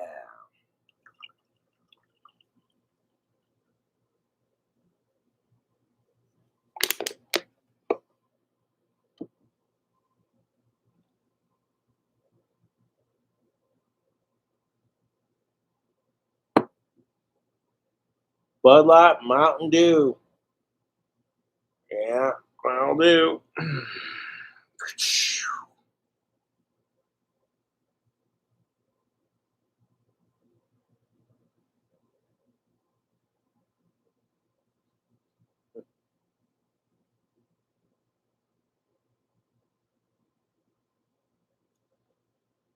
Hold up, we got some. Hold up, what do we got? What do we got? YouTube, what do we got? Lord have mercy. A $4.20 donation from Lewis Snyder. Sweet, man. Making some money for the weekend. Yeah. Shout out to Rock Club Nation and Lewis Snyder. Thank you for your $4.20 donation. That's pretty bitchin'. Hell yeah. Every little bit helps, folks. I don't ask for the money. It's simply a business exchange. It's like you love Cobra so much. They're like, dude, getting a shout out for him. You start getting famous enough, and it's just how it is. Like celebrities will get paid to give shout outs on YouTube.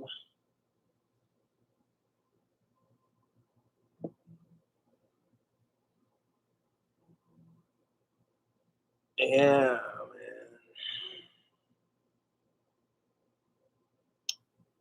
Well, thank you, Jen Colby. Yes, it's going exquisite.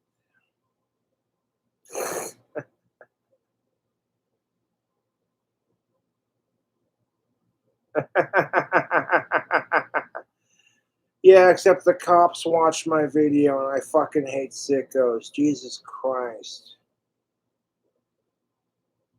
That just makes my trolls look like one, dude. Holy fucking crap. No one buys that crap. You do realize that I get harassed so much in this fucking town that the cops in this town are aware of who King Cobra JFS is. And the cops in this town are also aware that my trolls are the biggest cocksucking douchebags on the planet. So if you go call them and accuse them and then accuse me or whatever, they're just going to look at you like, if you continue to harass us, you will get arrested. Like, you start harassing the Casper Police Department because you hate Cobra's videos, because Cobra lives in Casper, Wyoming. You think to yourself, you know what? I'm sick and tired of Cobra owning my life. For Christ's sake, my trolls are sitting there like, oh, we got you, Cobra. And it's like, yeah, but even if you're not doing it, the fact that you're going to suggest such a thing shows you that I own you. It's so bloody fucking sad how much I own my trolls. I can't control how they treat me. All I can do is control how I react to it. And the harder they try, the harder I say, you know what? Your life is more miserable than mine. Thanks for supporting my videos, you creepy asshole.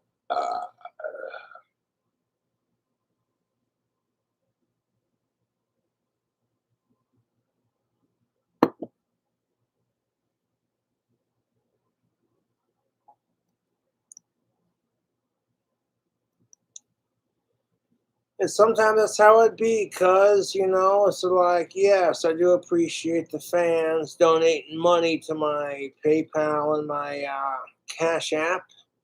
And of course, more importantly, for watching my videos, If you guys buy t-shirts or buy a wand or buy merchandise or buy my tactical soap, that's a bonus. I'm a very proud affiliate for tactical soap.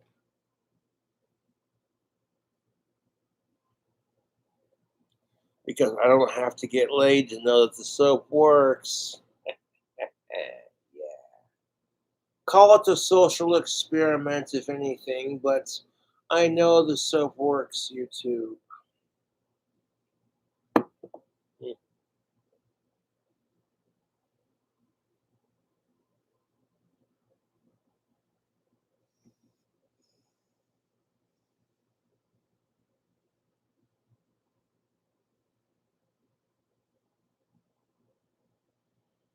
Now, the King Cobra comedy album is going to be really funny. It'll have a couple of parody songs, like some Weird Al Yankovic type shit. and freaking, you know, it's a chance for me to be a little less serious. Like Satan's Bell kicks ass, but it's so serious and depressing and just awesome at the same time. Like, bro.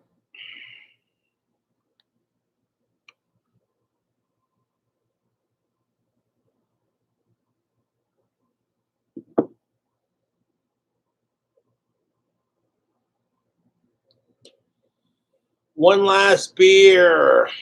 This is the last beer that I have for the video tonight, and I'm just fine with that. I have a really amazing buzz right now, courtesy of my fans. I don't have to have a whole lot of alcohol to get a buzz.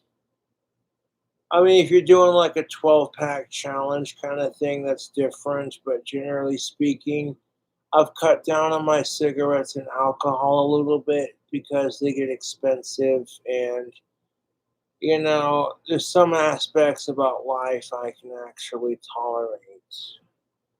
I'm not trying to sound like some moody, depressed, melodramatic goth, but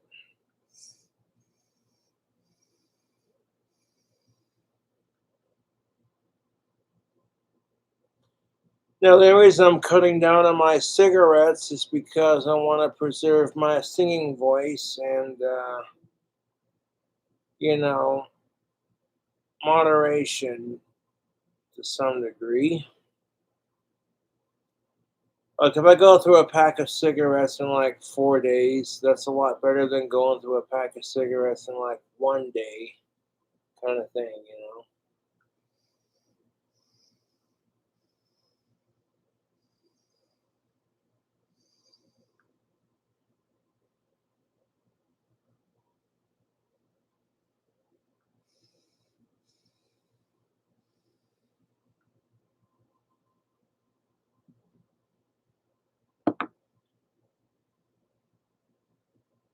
Mm.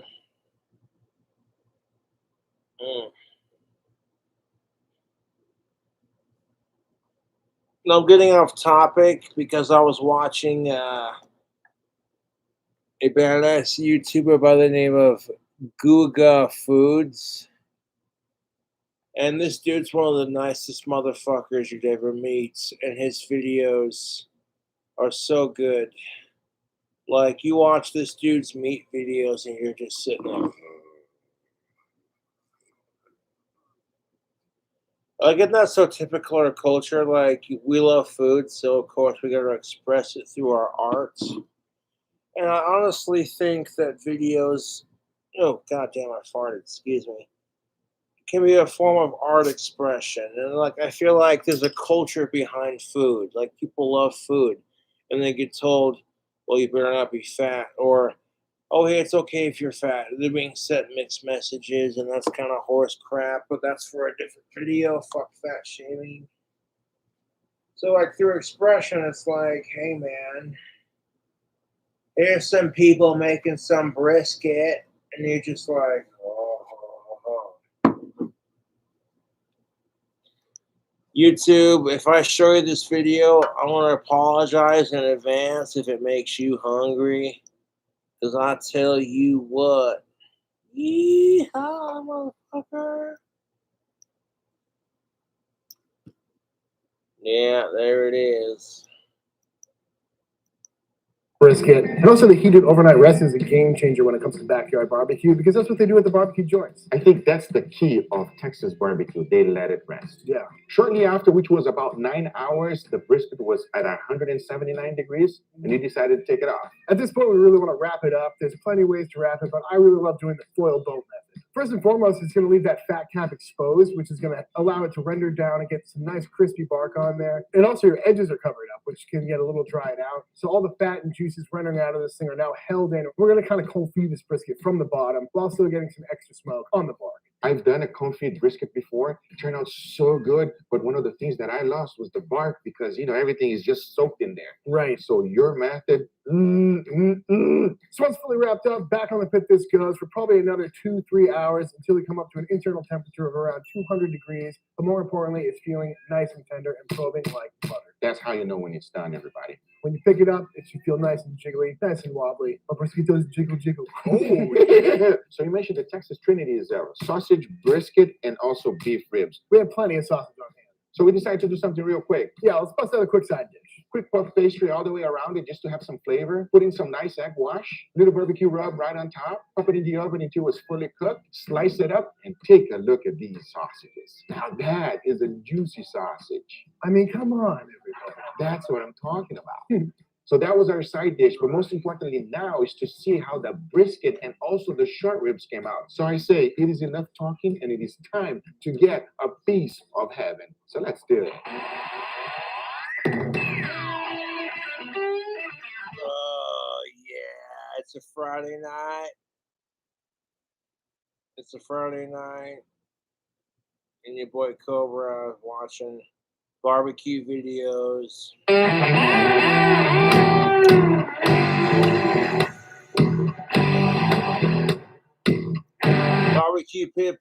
BarbecuePitBoys.com. You smell that? It smells good. Welcome to BarbecuePitBoys.com. You smell that? It smells good.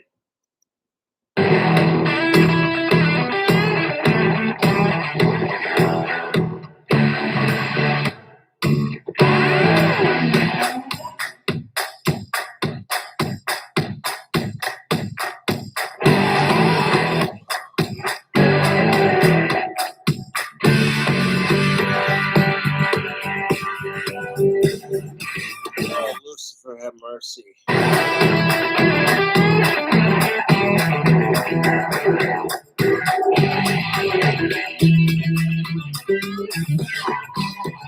Look how succulent that is. If you've ever had barbecue, it just depends on the culture you're in, kind of thing. Cause yeah, people do barbecue differently around the world.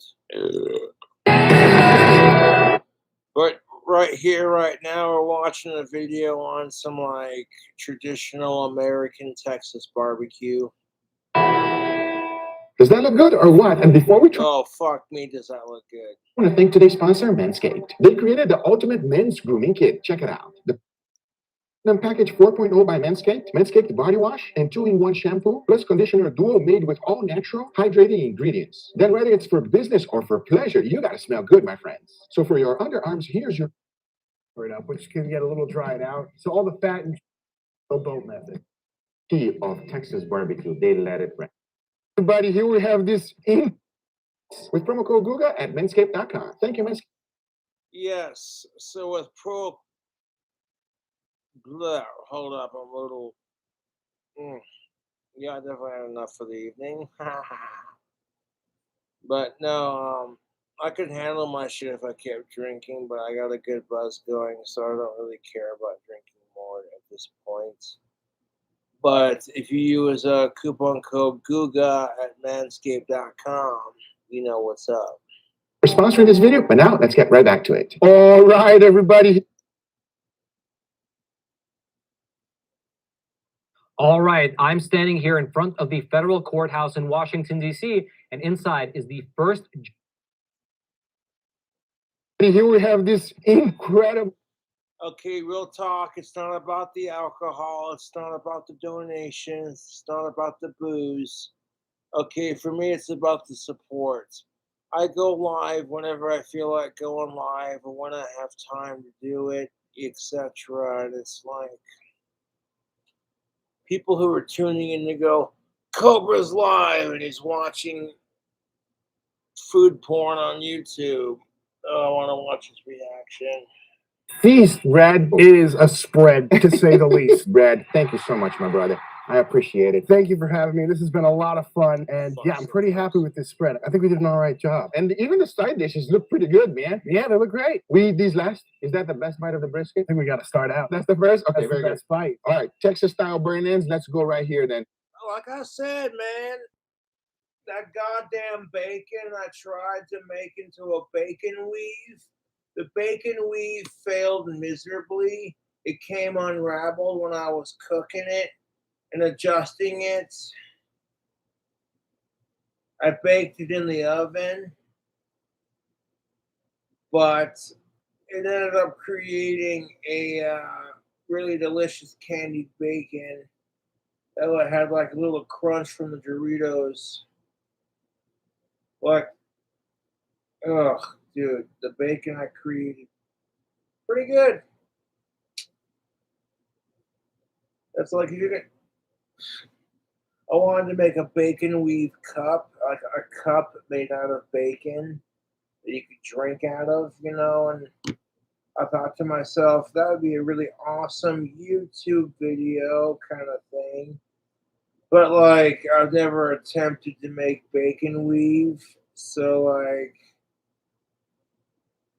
the first time I made it, it fell apart. So like, I ended up making like a Doritos coated bacon, candy bacon, because the Captain Rodney's bacon rub sauce, like it caramelized onto the bacon and gave it like a jerky, chewy, jerky texture, even after it was fully cooked.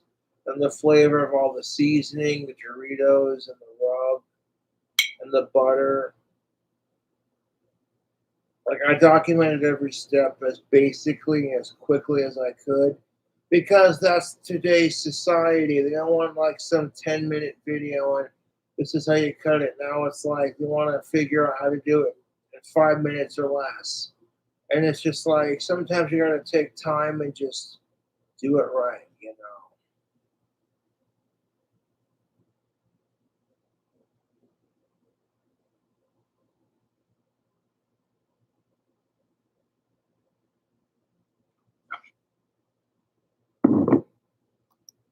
Oh my God. In Texas, we eat with our I mean, hands. take a look at this, everybody. This thing is glistening everywhere. Let's give it a go. Cheers, everybody.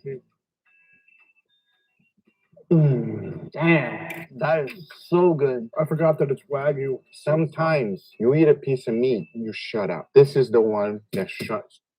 Yeah, we've all had food that's that fucking good. You've seen me do it on camera a couple times. Like some of the stuff I come up with, like the food I try, I take one bite, I'm just like, ugh. Okay, that accidental experiment of, oh, hey, here's Cobra making a bacon weave. Like, I took the bacon and I made it into a weave. Okay, then I hit it with some salt and some garlic salt, and then I hit it with that Captain Rodney's. I drizzled the Captain Rodney's bacon rub all over the top of it. Took a little fork and was scooping out some Country Crock Original and just kind of plopped it on top.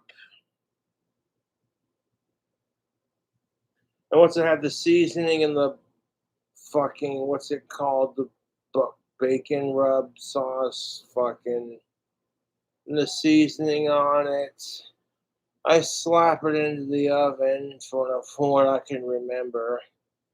I didn't pour any beer on it. And then when I cooked it in the oven, like all the salt from like the seasoning and like the bacon rub and like the grease and the sugar from the bacon rub sauce, it caramelized on the bacon, giving it that burnt look. But when you tasted it, it was chewy and fully cooked all the way. That's how candy bacon kind of tastes. You know what I'm talking about? I mean, that looks crispy as fuck. You bite into it, and it's so tender and chewy and fully cooked. You're just like, not overcooked, but fully cooked.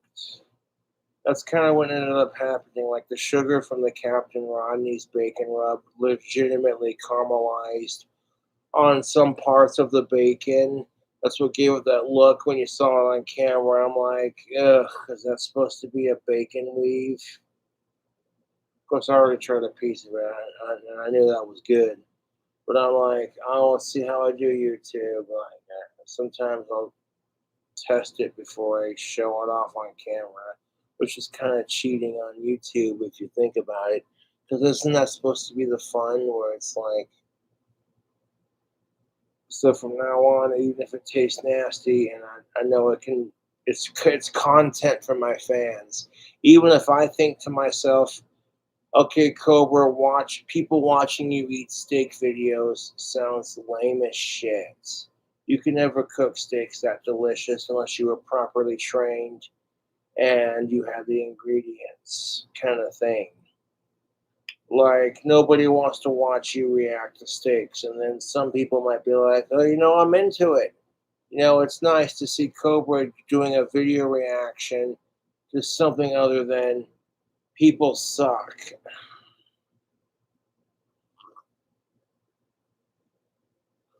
But dude guy here gets it. When you're eating food so good that you just shut your mouth and you're, dude. I've only had that happen to me a couple times with my own cooking. My chicken bacon white wine Alfredo, the one that I did on YouTube with the chip ranch dip and the chips and all the cheese, the Parmesan cheese, the mozzarella, the angel hair, the white wine. The bacon chicken white wine Alfredo recipe that I did? That was one of those fucking foods. Now, the effect I was trying to go for with the meatballs, I learned how to do that, and I have yet to execute it on a cooking video.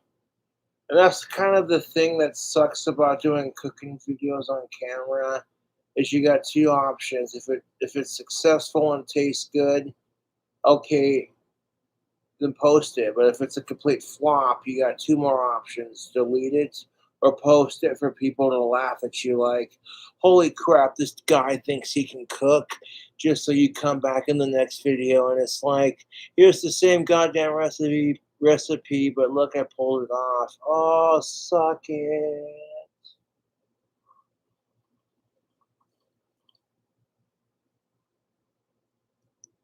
You know what I'm saying? Like, it's so good, words cannot describe everybody. It's just perfect. You never had like real Texas barbecue, only mine because I didn't take you last time. What do you think? That was worth the wait. That was very worth the wait. I agree.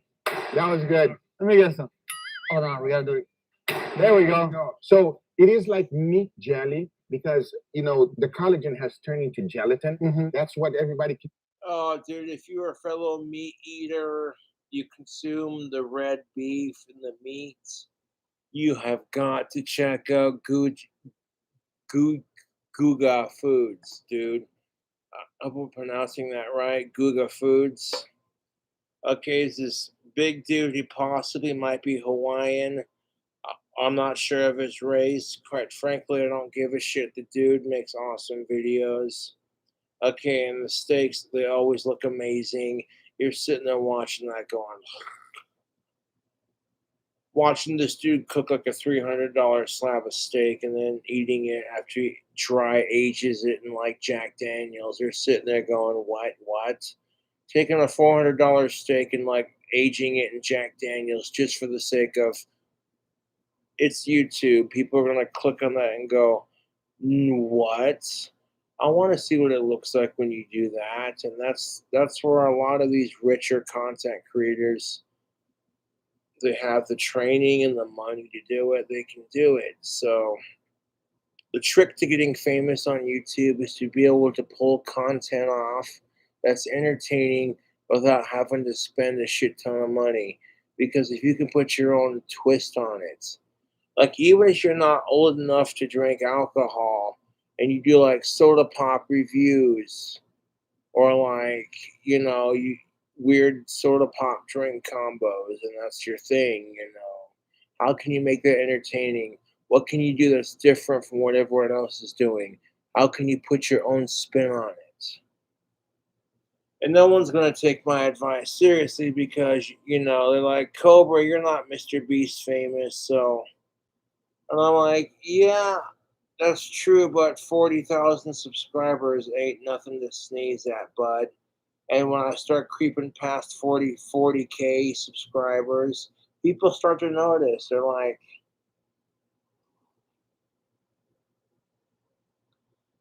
and if I had Mr. Beast's kind of money, I'd be doing the same shit, all this good work for charity, because it's like, fuck your trolls. The world is such a miserable place. And that's why people act on the internet, because it's like your world is so fucking miserable. You have no control over it. And the only control you have is bullying someone on the internet.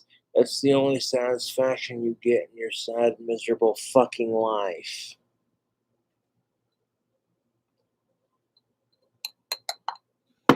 Like, even if you're not Mr. Beast or King Cobra famous, because the comparison is like so. You're funny, Cobra, like, just holy crap. I like how charitable Mr. Beast is and how humble he is about his YouTube fame. That's what I can respect about his videos.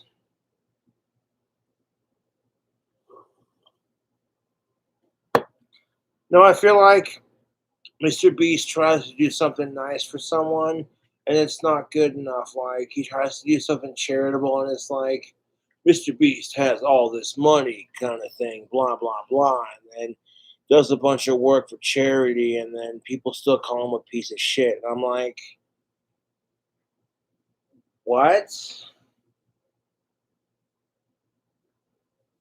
Okay, I can say it because from the outsider's perspective, it looks like me kissing ass. But if Mr. Beast were to say it, it'd be like, well, fuck you, you ungrateful piece of shit. And it's like, dude, I don't care if anyone gives me money. Like, for me, it's not about the money. It's about changing the world, and being like, okay, Cobra's watching a random YouTuber make the most amazing steaks. Like, how can you make that entertaining? You know. Saying it all the time. It's just so extremely soft, but at the same time, it has that little texture of meat. How do you describe it? Yes, it's not completely mush, but it's as close as you can get. That's perfect. Just so tender, smoky, barky. Very, very nice. Like that. Okay, I want to jump in for a real slice now. What do you mean? Like a whole slice, because I'm hungry. Gotta go for the fatty. The fatty? All right, let's go for the fatty, because we deserve. Nobody understands the pressure of being a famous YouTuber. So it's like, if you're the so and so, people expect a certain level of, pizzazz to the video. Like, well, you're the King Cobra JFS. Even if you're not drinking, can you still make it funny and entertaining? I'll try my best.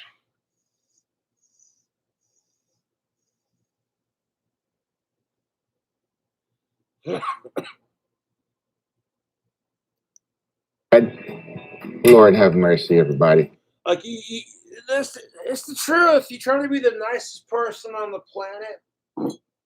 You donate to all these charities, and then you use your money to entertain people, and people still call you a piece of shit. It's like, you're never good enough, dude. You're never fucking good enough in these people's eyes. It's like, y'all are just jealous of Mr. Beast's fame, and all you can do is talk shit. And as soon as anyone says it, you're like, oh, it's just toxic positivity, blah, blah, blah. It's like, shut the fuck up. You can't tell me, oh, hey, if you had Mr. Beast's fame and money, that you'd be like, oh, I know exactly what I'd do with that. And it's just like, yeah, but the brand keeps growing, and it's like, most people aren't equipped to be a famous YouTuber. That's why a lot of my trolls sit here and troll me on YouTube. It's like, oh, hey, talking shit on Cobra or someone he likes or respects as a fellow YouTuber. Because at the end of the day, it's not about subscribers. It should be about the community, YouTube. Real talk. It should be about the goddamn community. You got kids who are being bullied on YouTube, but you're more concerned if they get exposed to, like, tobacco or alcohol.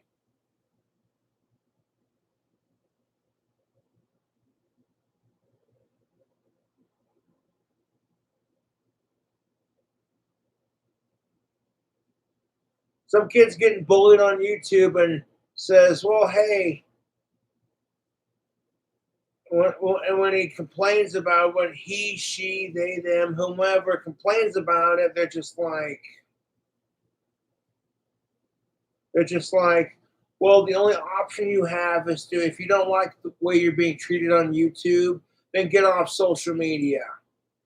Because nobody wants to take the time and energy to deal with idiots on the internet. That's why people don't have like the strictest laws when it comes to things like social media bullying. Because realistically, the human power it would take. Okay, so someone called you a faggot on YouTube, and now you're going to track down that person's IP address and then press charges for verbal assault because someone you know is gay and you're offended by it. And it's like, yeah, if that's what it takes to get our society to quit being such a fucking hypocrite, self-righteous, two-faced, hypocrite asshole about it, then so be it.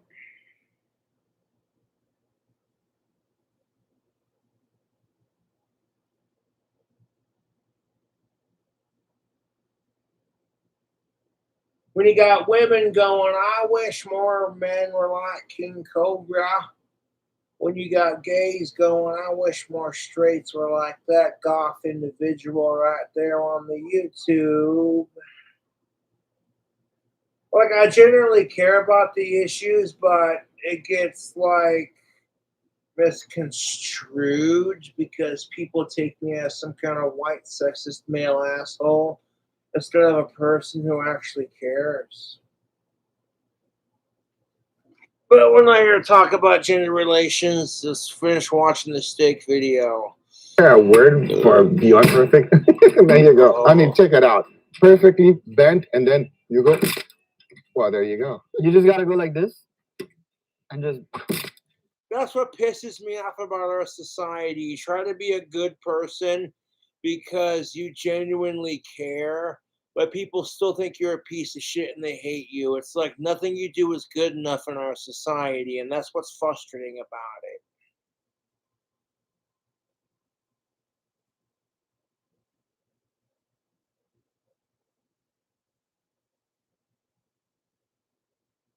That's how it is. It's like, oh, hey, this famous YouTuber just donated $4 million to St. Jude's. Oh, but they're a piece of shit for flexing their money. And it's like, what?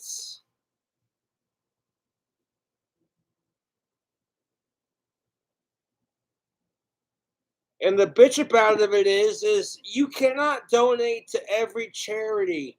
If you could donate to every charity, and I'm sure that's decent and deserves your money, you know what I'm saying? You would do it because it would make the world a better place. But sometimes you have to just be like selective, like, well, I can't donate to every goddamn charity. I can't fight for every cause, and people are still going to think I'm an asshole when I fight for causes anyway, so fuck it. Fuck what anyone thinks. As long as you ain't a sicko, who gives a shit?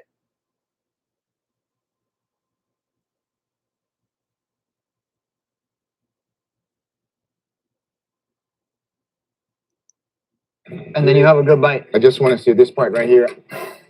Oh, we're just going for it. We don't say cheers, no. Oh wow. And we all say cheers. I'm the only one. Like all these people talking crap on famous YouTubers like Mr. Beast. It's like if you got as famous as Mr. Beast, would you know how to handle that much attention, that much fame, and that much money, and to keep the account going and so people are still entertained?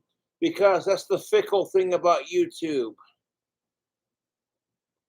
Okay, your bosses are your subscribers. But at the same time, they're also fellow people. You know, you shouldn't let your subscribers dictate what they want to see on your YouTube channel. But at the same time, if like you're the guy on YouTube who does wicked sick drink combos and then shreds a guitar and then pulls out this ventriloquist puppet and makes everyone laugh with his corny jokes, and that becomes your shtick, people are going to get used to that. So when they see you doing cooking videos, if you're trying to make a shitty bacon weave, but it turns out to be like super delicious candied bacon with Dorito crumble, nacho cheese Dorito crumble on top. Oh, fuck me. That was some. I ate that bacon up, dude. Like, off camera, like, I tried one bite of it. I'm like, whoa, that is some calorie rich bacon. Didn't quite bacon weave up like the way I wanted it to, but that's all right. It made delicious candied bacon, and people got to see me fail and have a laugh at it. Like, oh my God, Cobra thinks he's so perfect. No, I don't, to be honest. And it's like bacon weaves look so delicious on YouTube. Let's see if I can make one. But nobody wants to sit here and watch me ramble for fucking 30, 40 minutes plus while the bacon weave cooks up in the fucking oven. So there's a proper technique to it, you know. And I'll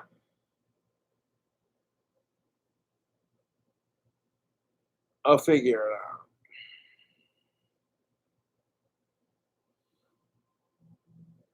I'm not jealous of Mr. Beast. If anything, I respect him because, you know, from what I can see from his videos, he tries to be a decent guy. But, like, he gets a nasty reputation because people are jealous of his YouTube fame. And Mr. Beast is young. He's not going to die for a really fucking long time. I'm not just saying that because I'm a fan of his videos. Like, that's just how life is. It's just like, damn, dude. Imagine being as young as Mr. Beast and being like, well, I'm pretty much set for the rest of my life. You know, there's so much good you could do with the world. And there's only so much good you can do, kind of thing.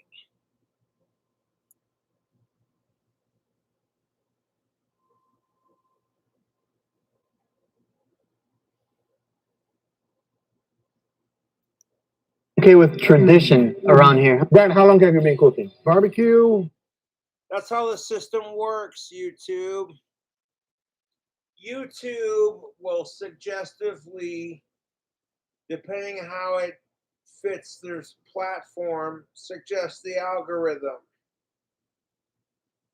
So yes, it's much easier to get noticed on YouTube by making reaction videos where you don't cuss. You're just like, who and what the fudging shiznit, pickle licking, pelican sniffing, you know, donkey mother trucking, fudge eating, jalapeno licking ass monkey kind of thing. And it's just like you're watching it, and it's like, yeah.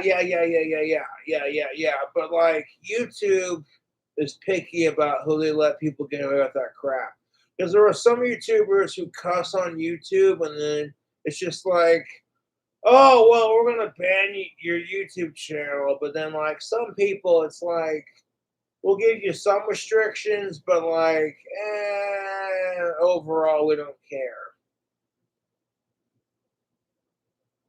YouTube gave me a 2-week ban for dancing on an adult restricted video where I had my European cock holster on and my guitar. It was Valentine's Day, and I told my adult fans, if you give me $50, I'll dance in my cock holster on a live stream kind of thing.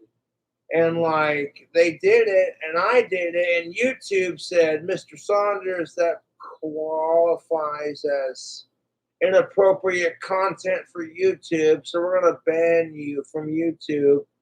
And I was like, okay, but then there were chicks on YouTube who were doing bikini try-on hauls. Some of these bikinis are super micro. Then you got chicks doing yoga on YouTube, buck-ass naked. And YouTube has a policy against having nudity on this platform. And I'm like, it's only because I don't have tits. That's why they have a stick about me being sexual on YouTube. Because men being sexual is seen as gross and disgusting.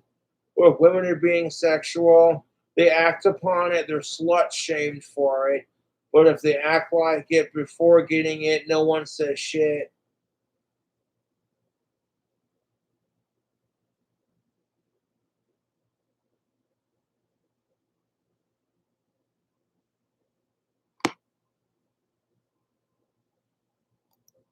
For 10 years now. It shows. By the way, 10 out of 10. We'll highly recommend. Oh, dude, if you got a pit master who's been making barbecue for well over 10 years minimum, you know it's going to be good.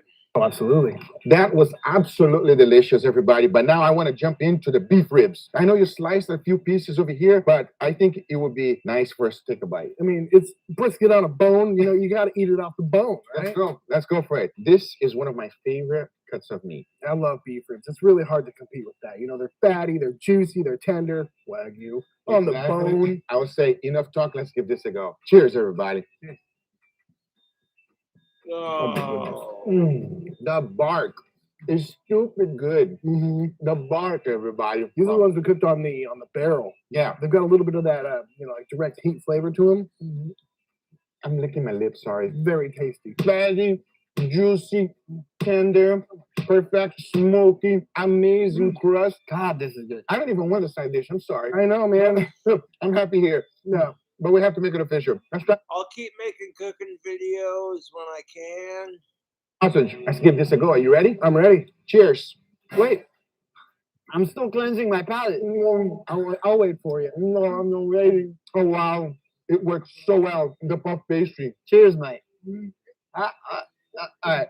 I feel like I'm in meat heaven. Yeah, this is what it looks like, I think. Have you ever heard about the meat sweats? I'm having them right now. That's happening, everybody. It is happening. We gotta finish the video because there's so many people behind the camera that want to try it, and they're gonna be upset with us. Wait, we're not going to actually tackle all this ourselves? No way. No, like I said, I'm gonna eat this one alone. I want to see you just pick it up and take a bite out of it. We're going fishing tomorrow. We're gonna take a little piece for the captain. Oh, that's right. This piece is gonna be for Captain Juan, and we're gonna put it on the Google channel. If you're not subscribed, go ahead and subscribe. You should be able to see it real shortly. We're gonna go fishing with Brad and a bunch of people together. It's gonna be a lot of fun. You ready? I'm so ready. It And- sounds amazing. I think if we take a brisket for the captain, he's gonna put us in more fish. Yeah, I bribe people with brisket all the time. Well, Captain Juan, I'm very jealous now. Guys, make sure you go check out Brad's channel, Judd's Barbecue. Highly recommend. A true masterclass was done today, and I was just lucky to be a part of it. Thank you, Brad. Thank you for having me again, man. This was a lot of fun. I'm glad we finally got to link up. We've been talking about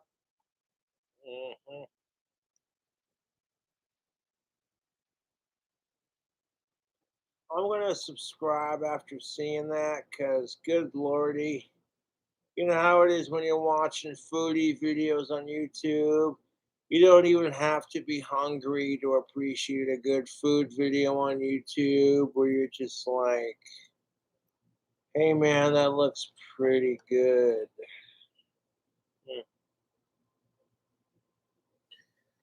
Holy Toledo, Batman. Excuse me.